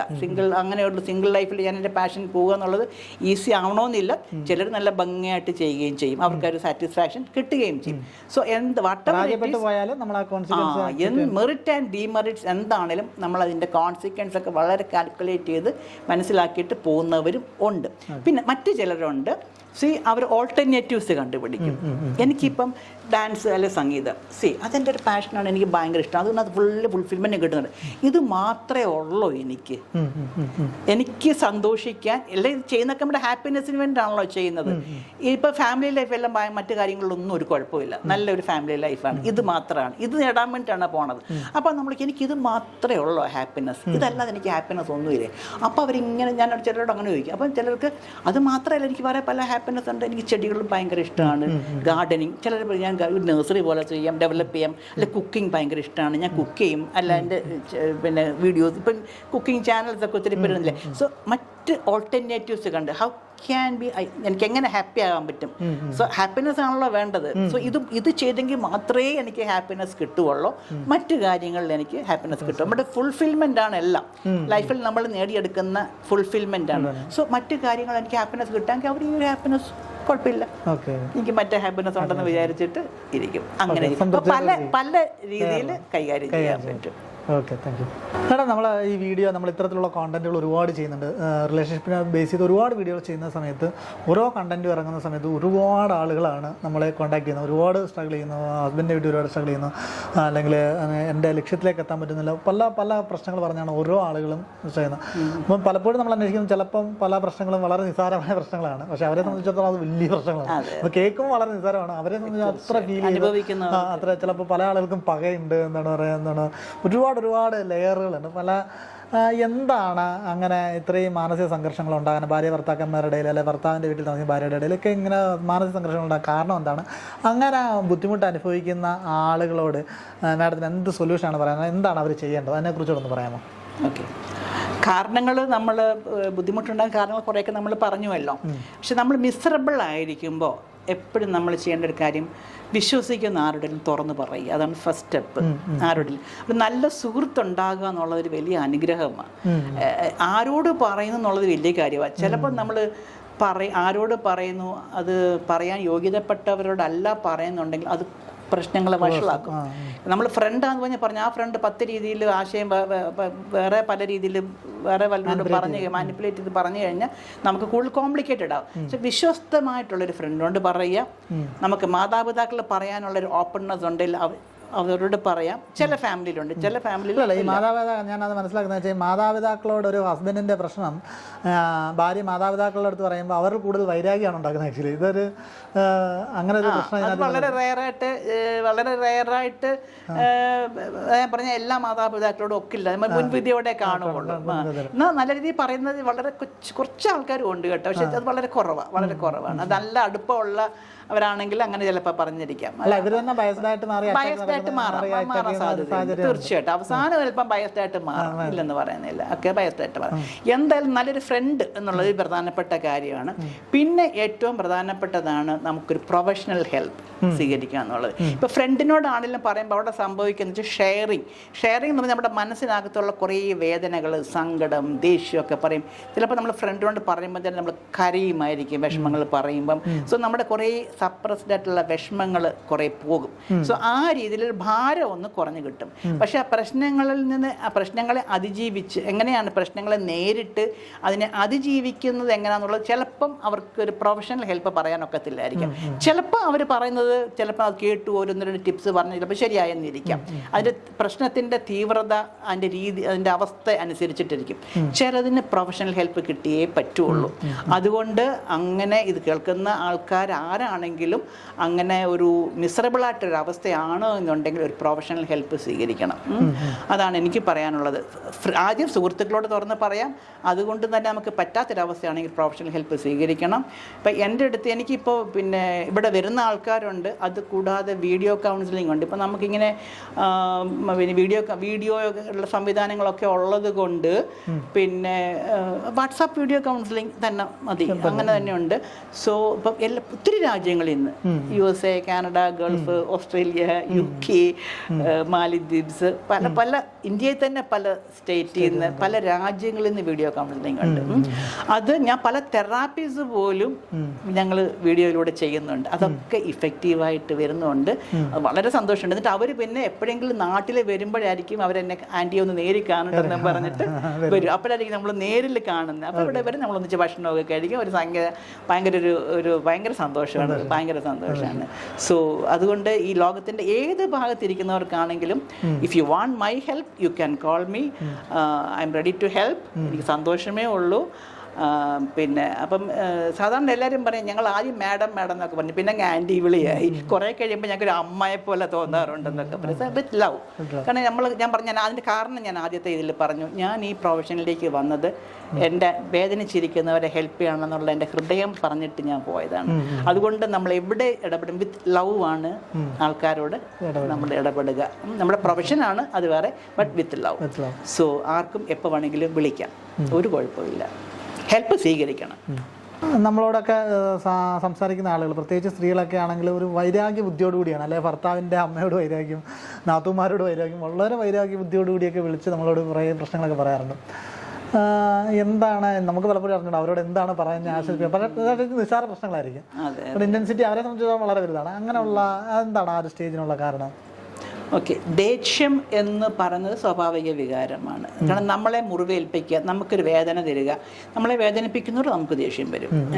അതിപ്പോൾ ഒരു കൊച്ചു കുട്ടിക്ക് അമ്മയെ അപ്പനെ അടിച്ചാൽ അന്നേരം അവർക്ക് ദേഷ്യം വരും. നമുക്ക് വളരുന്ന ഓരോ തലത്തിൽ എല്ലായിടത്തും ഭാര്യയാവാം, ഭർത്താവായിരിക്കാം, നാത്തൂനാവാം, മൈമയായിരിക്കാം, ബോസായിരിക്കാം, ജോലിക്കാരായിരിക്കാം. ദേഷ്യം എന്നുള്ളത് നമുക്ക് ആരോട് എപ്പോൾ വേണമെങ്കിലും നമുക്ക് തോന്നുന്ന നമുക്ക് വേദന ഉണ്ടാകുമ്പോൾ വേദനിപ്പിക്കുന്ന ഫീലിംഗ് ആണ് ദേഷ്യം. അത് നാച്ചുറലാണ്. മൊമെൻ്ററി ദേഷ്യം എന്ന് പറയും, സപ്രസ്ഡ് ആങ്കറും, ഈ രണ്ട് സംഭവമുണ്ട്. മൊമെന്ററി ദേഷ്യം നമുക്കൊരു അനുഭവം വരുന്നു, ആ അനുഭവത്തിൽ അപ്പം ഉണ്ടാകുന്ന ദേഷ്യമാണ്. അത് കുറച്ച് കഴിയുമ്പോൾ അങ്ങ് പോകും, അല്ലെങ്കിൽ നമ്മൾ അന്നേരം ഒന്ന് പൊട്ടിത്തെറിക്കും, ദേഷ്യപ്പെടും, അല്ലെങ്കിൽ കുറേ കഴിയുമ്പോൾ നമ്മുടെ മനസ്സിൽ പിന്നെയും അതൊന്നും വെക്കത്തില്ല, നമ്മൾ വളരെ കൂളായിട്ട് റിലേറ്റ് ചെയ്യും. പക്ഷെ സപ്രസ്ഡ് ആങ്കർ എന്ന് പറയുന്നത് എന്താണെന്ന് ചോദിച്ചാൽ നമ്മളുടെ ഓരോ ദേഷ്യങ്ങളും, നമുക്ക് ദേഷ്യപ്പെടുത്തുന്ന അവസ്ഥകൾ, ആ ദേഷ്യം ഉണ്ടാകുന്ന ഫീലിംഗ് പ്രകടിപ്പിക്കാൻ കഴിയാതെ നമ്മളത് ഉള്ളിൽ അടിച്ചമർത്തും. ഉള്ളിൽ ഇങ്ങനെ അടിച്ചമർത്തും. ഉള്ളിൽ അടിച്ചമർത്തി വെക്കുന്നത് അത് കുറേ വർഷങ്ങളുടെ അടിച്ചമർത്തൽ കാണും. ഇതിനെ നമ്മൾ സപ്രസ്ഡ് ആങ്കർ എന്ന് പറയും. സപ്രസ്ഡ് ആങ്കർ ഭയങ്കര പ്രശ്നം ചെയ്യും, നമുക്ക് ശാരീരികമായ പ്രശ്നങ്ങൾ ഒത്തിരി ഉണ്ടാക്കും. നമ്മുടെ ഈ സപ്രസ്ഡ് ഇമോഷൻസ്, സപ്രസ്ഡ് പെയിനും അല്ലെ ഗ്രീഫ്, അതുപോലെ സപ്രസ്ഡ് ആങ്കർ, സപ്രസ്ഡ് ഗ്രീഫും പെയിനും ഉണ്ടാക്കും. ഇതൊക്കെ നമ്മുടെ ശരീരത്തിലെ സൈക്കോസൊമാറ്റിക് ഡിസീസ് എന്ന് ഡോക്ടേഴ്സ് പറയും. നമ്മുടെ ശാരീരികമായ അവയവങ്ങൾക്കൊന്നും കുഴപ്പം കാണില്ല, പക്ഷേ രോഗാവസ്ഥയാണ്. പിന്നെ സൈക്കോസൊമാറ്റിക് ഡിസീസ് എന്നുള്ള ഗണത്തിലാണ് അവർ പെടുത്തിയത്. മാനസികാവസ്ഥയുടെ പ്രശ്നം കൊണ്ടുണ്ടാകുന്ന രോഗങ്ങളാണ്. അപ്പോൾ ഇവിടെ ഈ സപ്രസ്ഡ് ആങ്കർ ചിലപ്പം വളരെ കുട്ടികളായിട്ട് നിൽക്കുന്ന ആ ഒരു സ്റ്റേജ് തൊട്ടേ ഉള്ള അവസ്ഥകൾ കാണും. അവർ പേരൻസ് വളരെ ക്രൂരമായ രീതിയിൽ പിന്നെ പണിഷ് ചെയ്തിട്ടുള്ളതായിരിക്കാം. ഒരിക്കലും എന്നോട് ഒരാൾ പറഞ്ഞിട്ടുണ്ട്, ആൻറ്റി ഇത് എവിടെ വേണമെങ്കിലും പറഞ്ഞോളാൻ, കൂട്ടുകാരുടെ കളിക്കാൻ പോയി എന്നുള്ളതേ ഉള്ളൂ തെറ്റ്, കുഴപ്പം. എന്നിട്ട് പക്ഷെ തെങ്ങ കെട്ടിയിട്ട് കൂട്ടുകാരുടെയൊക്കെ മുന്നിൽ പിടിച്ച് വലിച്ചുകൊണ്ട് പോയി വീടിൻ്റെ മുമ്പിലത്തെ തെങ്ങ കെട്ടിയിട്ട് അടിച്ചു. എന്നിട്ട് അടിച്ചു കഴിഞ്ഞിട്ട് അവിടെ ഇല്ല, കെട്ടഴിച്ചു വിട്ടില്ല. അമ്മയ്ക്കും പേടി, കാരണം അപ്പം കുറച്ച് ആൽക്കഹോളിക്കൊക്കെയാണ്, അഴിച്ചു വിട്ട് അമ്മയ്ക്കിട്ടും കിട്ടുമെന്നറിയാം. അങ്ങപ്പോൾ കൂട്ടുകാരൊക്കെ നടന്നു പോകുമ്പോൾ കാണുന്നുണ്ട്. ഇവൻ ആ അനുഭവിച്ച ഒരു കുഞ്ഞിൻ്റെ ഒരു 10-12 വയസ്സ് കാണുന്ന കൂട്ടിക്കോ, അവൻ അനുഭവിക്കുന്ന നാണക്കേട്, സങ്കടം, ദേഷ്യം. ഇവൻ പറയുവാൻ ഞാൻ ഉറക്കത്തിൽ സ്വപ്നം കാണും, എന്താ അപ്പനെ ഞാൻ അടിക്കുന്ന സ്വപ്നം കാണുമെന്ന്. അവൻ്റെ സപ്രസ്ഡ്, അവൻ ആഗ്രഹിക്കുന്നുണ്ട് അപ്പന് 2 കൊടുക്കാം, പക്ഷെ അവന് പറ്റത്തില്ല, പവറാണ്, പവർ സ്ട്രക്ചർ അല്ലേ. സോ ഇവൻ വളർന്നു, ജോലി കിട്ടി, അവന് വീട്, പകയാണ് അപ്പനോട്, ഭയങ്കര പകയാണ്. എന്നിട്ട് അപ്പനെ വിളിച്ചിട്ടില്ല, അപ്പനും മോനും കൂടെ യാതൊരു ബന്ധമില്ല. ഇവനെ ഇദ്ദേഹത്തെ ഒരു ഡി അഡിക്ഷൻ സെൻ്ററിൽ പ്രവർത്തിച്ച കാലത്താണ് കണ്ടിട്ടുള്ളത്. അതൊക്കെ സപ്രസ്ഡ് ആങ്കറാണ്. ചിലപ്പോൾ സാറുമാർ നമ്മളെന്തെങ്കിലും പറഞ്ഞതാവാം, അവരോടൊക്കെയുള്ള ദേഷ്യമാവാം. ഈ സപ്രസ്ഡ് ആങ്കർ കിടക്കുമ്പോൾ എന്ത് പറ്റും എന്ന് ചോദിച്ചാൽ, നമ്മൾ പിന്നെ ഭാവിയിൽ വരുമ്പം പെട്ടെന്ന് നമുക്ക് ഇറിറ്റേഷൻ വരും. നമ്മുടെ ബോസ് നമ്മളോട് എന്തെങ്കിലും പറഞ്ഞു, കൊച്ചു കാര്യമായിരിക്കാം, കാര്യം നമ്മുടെ ഈ ആങ്കർ എന്നുള്ള സംഭവം കിടക്കുമ്പോൾ നമുക്കിപ്പോൾ ഉള്ളിലൊരു മുറിവുണ്ട്. നമുക്കിപ്പോൾ ഹാർട്ട് സർജറി കഴിഞ്ഞു, അപ്പോൾ പറയുന്നത് പില്ലോ ഒക്കെ തന്നല്ലേ ഇവിടെ, നിങ്ങളുടെ നെഞ്ചിനൊരു ആഘാതം ഒന്നും ഉണ്ടാവരുത്. ആഘാതം ഉണ്ടായാൽ അകത്തെ മുറിവ് കരിഞ്ഞിട്ടുണ്ടാവില്ല, നമുക്ക് ഇളകും. ഈ സപ്രസ്ഡ് ആങ്കറിനെ തട്ടുന്ന എന്തെങ്കിലും ഒരു സംഭവം നമ്മുടെ അനുഭവത്തിൽ അസോസിയേറ്റ് ചെയ്യുമ്പോൾ, അല്ലെങ്കിൽ നമ്മുടെ ബോസിൽ നിന്നാവാം, ജോലിക്കാരിൽ നിന്നാവാം, നമ്മുടെ ഭർത്താവ്, ഭാര്യ, മക്കൾ, എവിടെ നിന്നെങ്കിലും വന്നാൽ പെട്ടെന്ന് നമുക്ക് ദേഷ്യം വരും. നമ്മൾ ദേഷ്യം പെട്ടെന്ന് ഇറിറ്റേറ്റഡായിട്ട് പ്രകടിപ്പിക്കും. അപ്പം ഇത് ഈ സപ്രസ്ഡ്. അപ്പം നമ്മൾ കൗൺസിലിങ്ങിന് വരുമ്പം നമുക്ക് മനസ്സിലാകും ഇവർ ഇത്രയും പൊട്ടിത്തെറിക്കുന്നതിൻ്റെ കാരണം ചിലപ്പോൾ നമ്മുടെ സപ്രസ്ഡ് ആങ്കർ ആവാം. എല്ലാം അങ്ങനെ ആവണമെന്നില്ല, ചിലപ്പോൾ ആവാം, എല്ലാം അങ്ങനെ ചിലപ്പോൾ അതൊന്നുണ്ട്.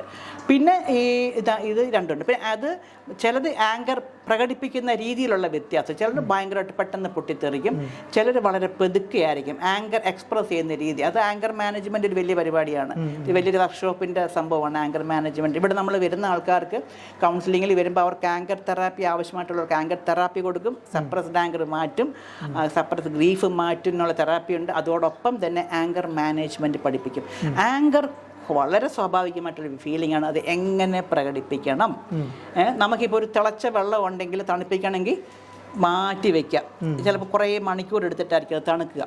ചില ആൾക്കാരുണ്ട് ദേഷ്യം വന്ന ദിവസങ്ങൾ ആഴ്ചകളും മിണ്ടാതിരിക്കും, ഭാര്യ ഭർത്താവ് ബന്ധത്തിൽ തന്നെ ദിവസങ്ങളും ആഴ്ചകളും മിണ്ടാതിരിക്കും. എന്താ, അത് പോകത്തില്ല, ഇങ്ങനെ ഇട്ടുകൊണ്ടേയിരിക്കും. ചില ആൾക്കാർ പെട്ടെന്നൊന്ന് പൊട്ടിത്തെറിക്കും, അതോടെ എല്ലാം തീരും. അവർ ചിലർ പറയും ഞങ്ങളെല്ലാം ഭയങ്കരമായിട്ട് പൊട്ടിത്തെറിച്ചു, അത് കഴിഞ്ഞാൽ റേഡിയോ ഒരു ചായ എടുത്തെന്ന് പറഞ്ഞുകൊണ്ട് കൂളായിട്ട് വരും. ഇവിടെ ഇത് കേട്ടിങ്ങനെ പെരുത്തിയിരിക്കുകയായിരിക്കും, ചായയിലൊരു തൊഴിൽ കൊടുക്കാനായിരിക്കും തോന്നുന്നത്. അപ്പോൾ ഇതിങ്ങനെ മനുഷ്യൻ ഇത്രയും ചീത്തൊക്കെ പറഞ്ഞിട്ട് ഇപ്പോൾ ഇതാ പൊട്ടിത്തെറിച്ച് കൂളായിട്ട് ചായ പൊട്ടിത്തെറിച്ച് തീർന്നു. അവരുടെ സ്ട്രെസ് ഹോർമോണാണ്, ആ സ്ട്രെസ് ഹോർമോൺ പൊട്ടിത്തെറിച്ചപ്പോഴങ്ങ് പോയി. അപ്പോൾ അത് പലരും പല രീതിയിലാണ്. അതൊക്കെ നമ്മൾ ആങ്കർ മാനേജ്മെൻറ്റൊക്കെ കൗൺസിലിങ്ങിൽ നമ്മൾ പല different way of anchor expressions ഉണ്ട്. ഞാൻ 2 എക്സ്ട്രീമാണ് പറഞ്ഞത്. ഇതിനിടയ്ക്കുള്ള ഒത്തിരി ടൈപ്പ് ഓഫ് ആങ്കർ എക്സ്പ്രഷൻസ് ഉണ്ട്. അത് നമ്മൾ ആങ്കർ മാനേജ്മെൻറ്റ് പഠിപ്പിക്കുമ്പോൾ നമ്മളിവിടെ കൗൺസിലിങ്ങിലും ചെയ്യിപ്പിക്കാറുണ്ട്, അതിൻ്റെ ഒരു പ്രത്യേക കോഴ്സും ഒക്കെ ഉണ്ട്. സോ അതാണ് ദേഷ്യവുമായിട്ട് ബന്ധം. അത് വളരെ പ്രധാനപ്പെട്ട ഒരു കാര്യം. എനിക്ക് നിങ്ങളോട് പറയാനുള്ള ഒരു കാര്യമുണ്ട്, അത് നിങ്ങൾക്ക് എല്ലാവർക്കും ഗുണം കിട്ടാൻ വേണ്ടി അതും പറയാം. മറ്റേത് കുറേ ഒരു നീണ്ട സംഭവമാണ്. നമ്മൾ ഒരാൾ ദേഷ്യപ്പെടുക എന്ന് പറയും. ദേഷ്യം എന്ന് പറയുന്നത് നമ്മുടെ സ്ട്രെസ് ഹോർമോണാണ്, അത്രയും മനസ്സിലാക്കുക. ദേഷ്യം നമുക്ക് പരിച്ചു കോറി വരും, സ്ട്രെസ് ഹോർമോണാണ്. ഈ സ്ട്രെസ് ഹോർമോൺ നമ്മൾ ഷൗട്ട് ചെയ്ത് കളയുമ്പോഴത്തേക്ക് നമുക്ക് സമാധാനമായി, ഒരു ഭയങ്കര ആശ്വാസം. കുറെ ഇത്രയൊക്കെ പറഞ്ഞല്ലോ എന്ന് തോന്നിയിട്ട് എന്നാൽ എവിടെയോ ഒരു സുഖം, പറഞ്ഞല്ലോ അത്രയും വേണമായിരുന്നു, അവരോട് അത്രയും മോശമായിപ്പോയി, എന്നാലും കുഴപ്പമില്ല, അത്രയും പറഞ്ഞപ്പോൾ എനിക്കൊരു സമാധാനമുണ്ട്, അതിൻ്റെ ഒരു സുഖം നമുക്കുണ്ടാവും ഇല്ലേ. അതെന്താ ചോദിച്ചാൽ ഈ സ്ട്രെസ് ഹോർമോൺ പോയി. ഈ സ്ട്രെസ് ഹോർമോണും വെച്ചുകൊണ്ട് നടക്കുന്നത് ഭയങ്കര പ്രശ്നമാണ്, നമുക്ക് ഭയങ്കര വരിഞ്ഞ് മുറി വരും. അപ്പോൾ എനിക്ക് നിങ്ങളോട് പറയാനുള്ളൊരു കാര്യം, ഈ ഒരാൾ നമ്മളോട് പൊട്ടിത്തെറിക്കുമ്പോൾ ദയവ് ഒന്ന് മനസ്സിലാക്കുക.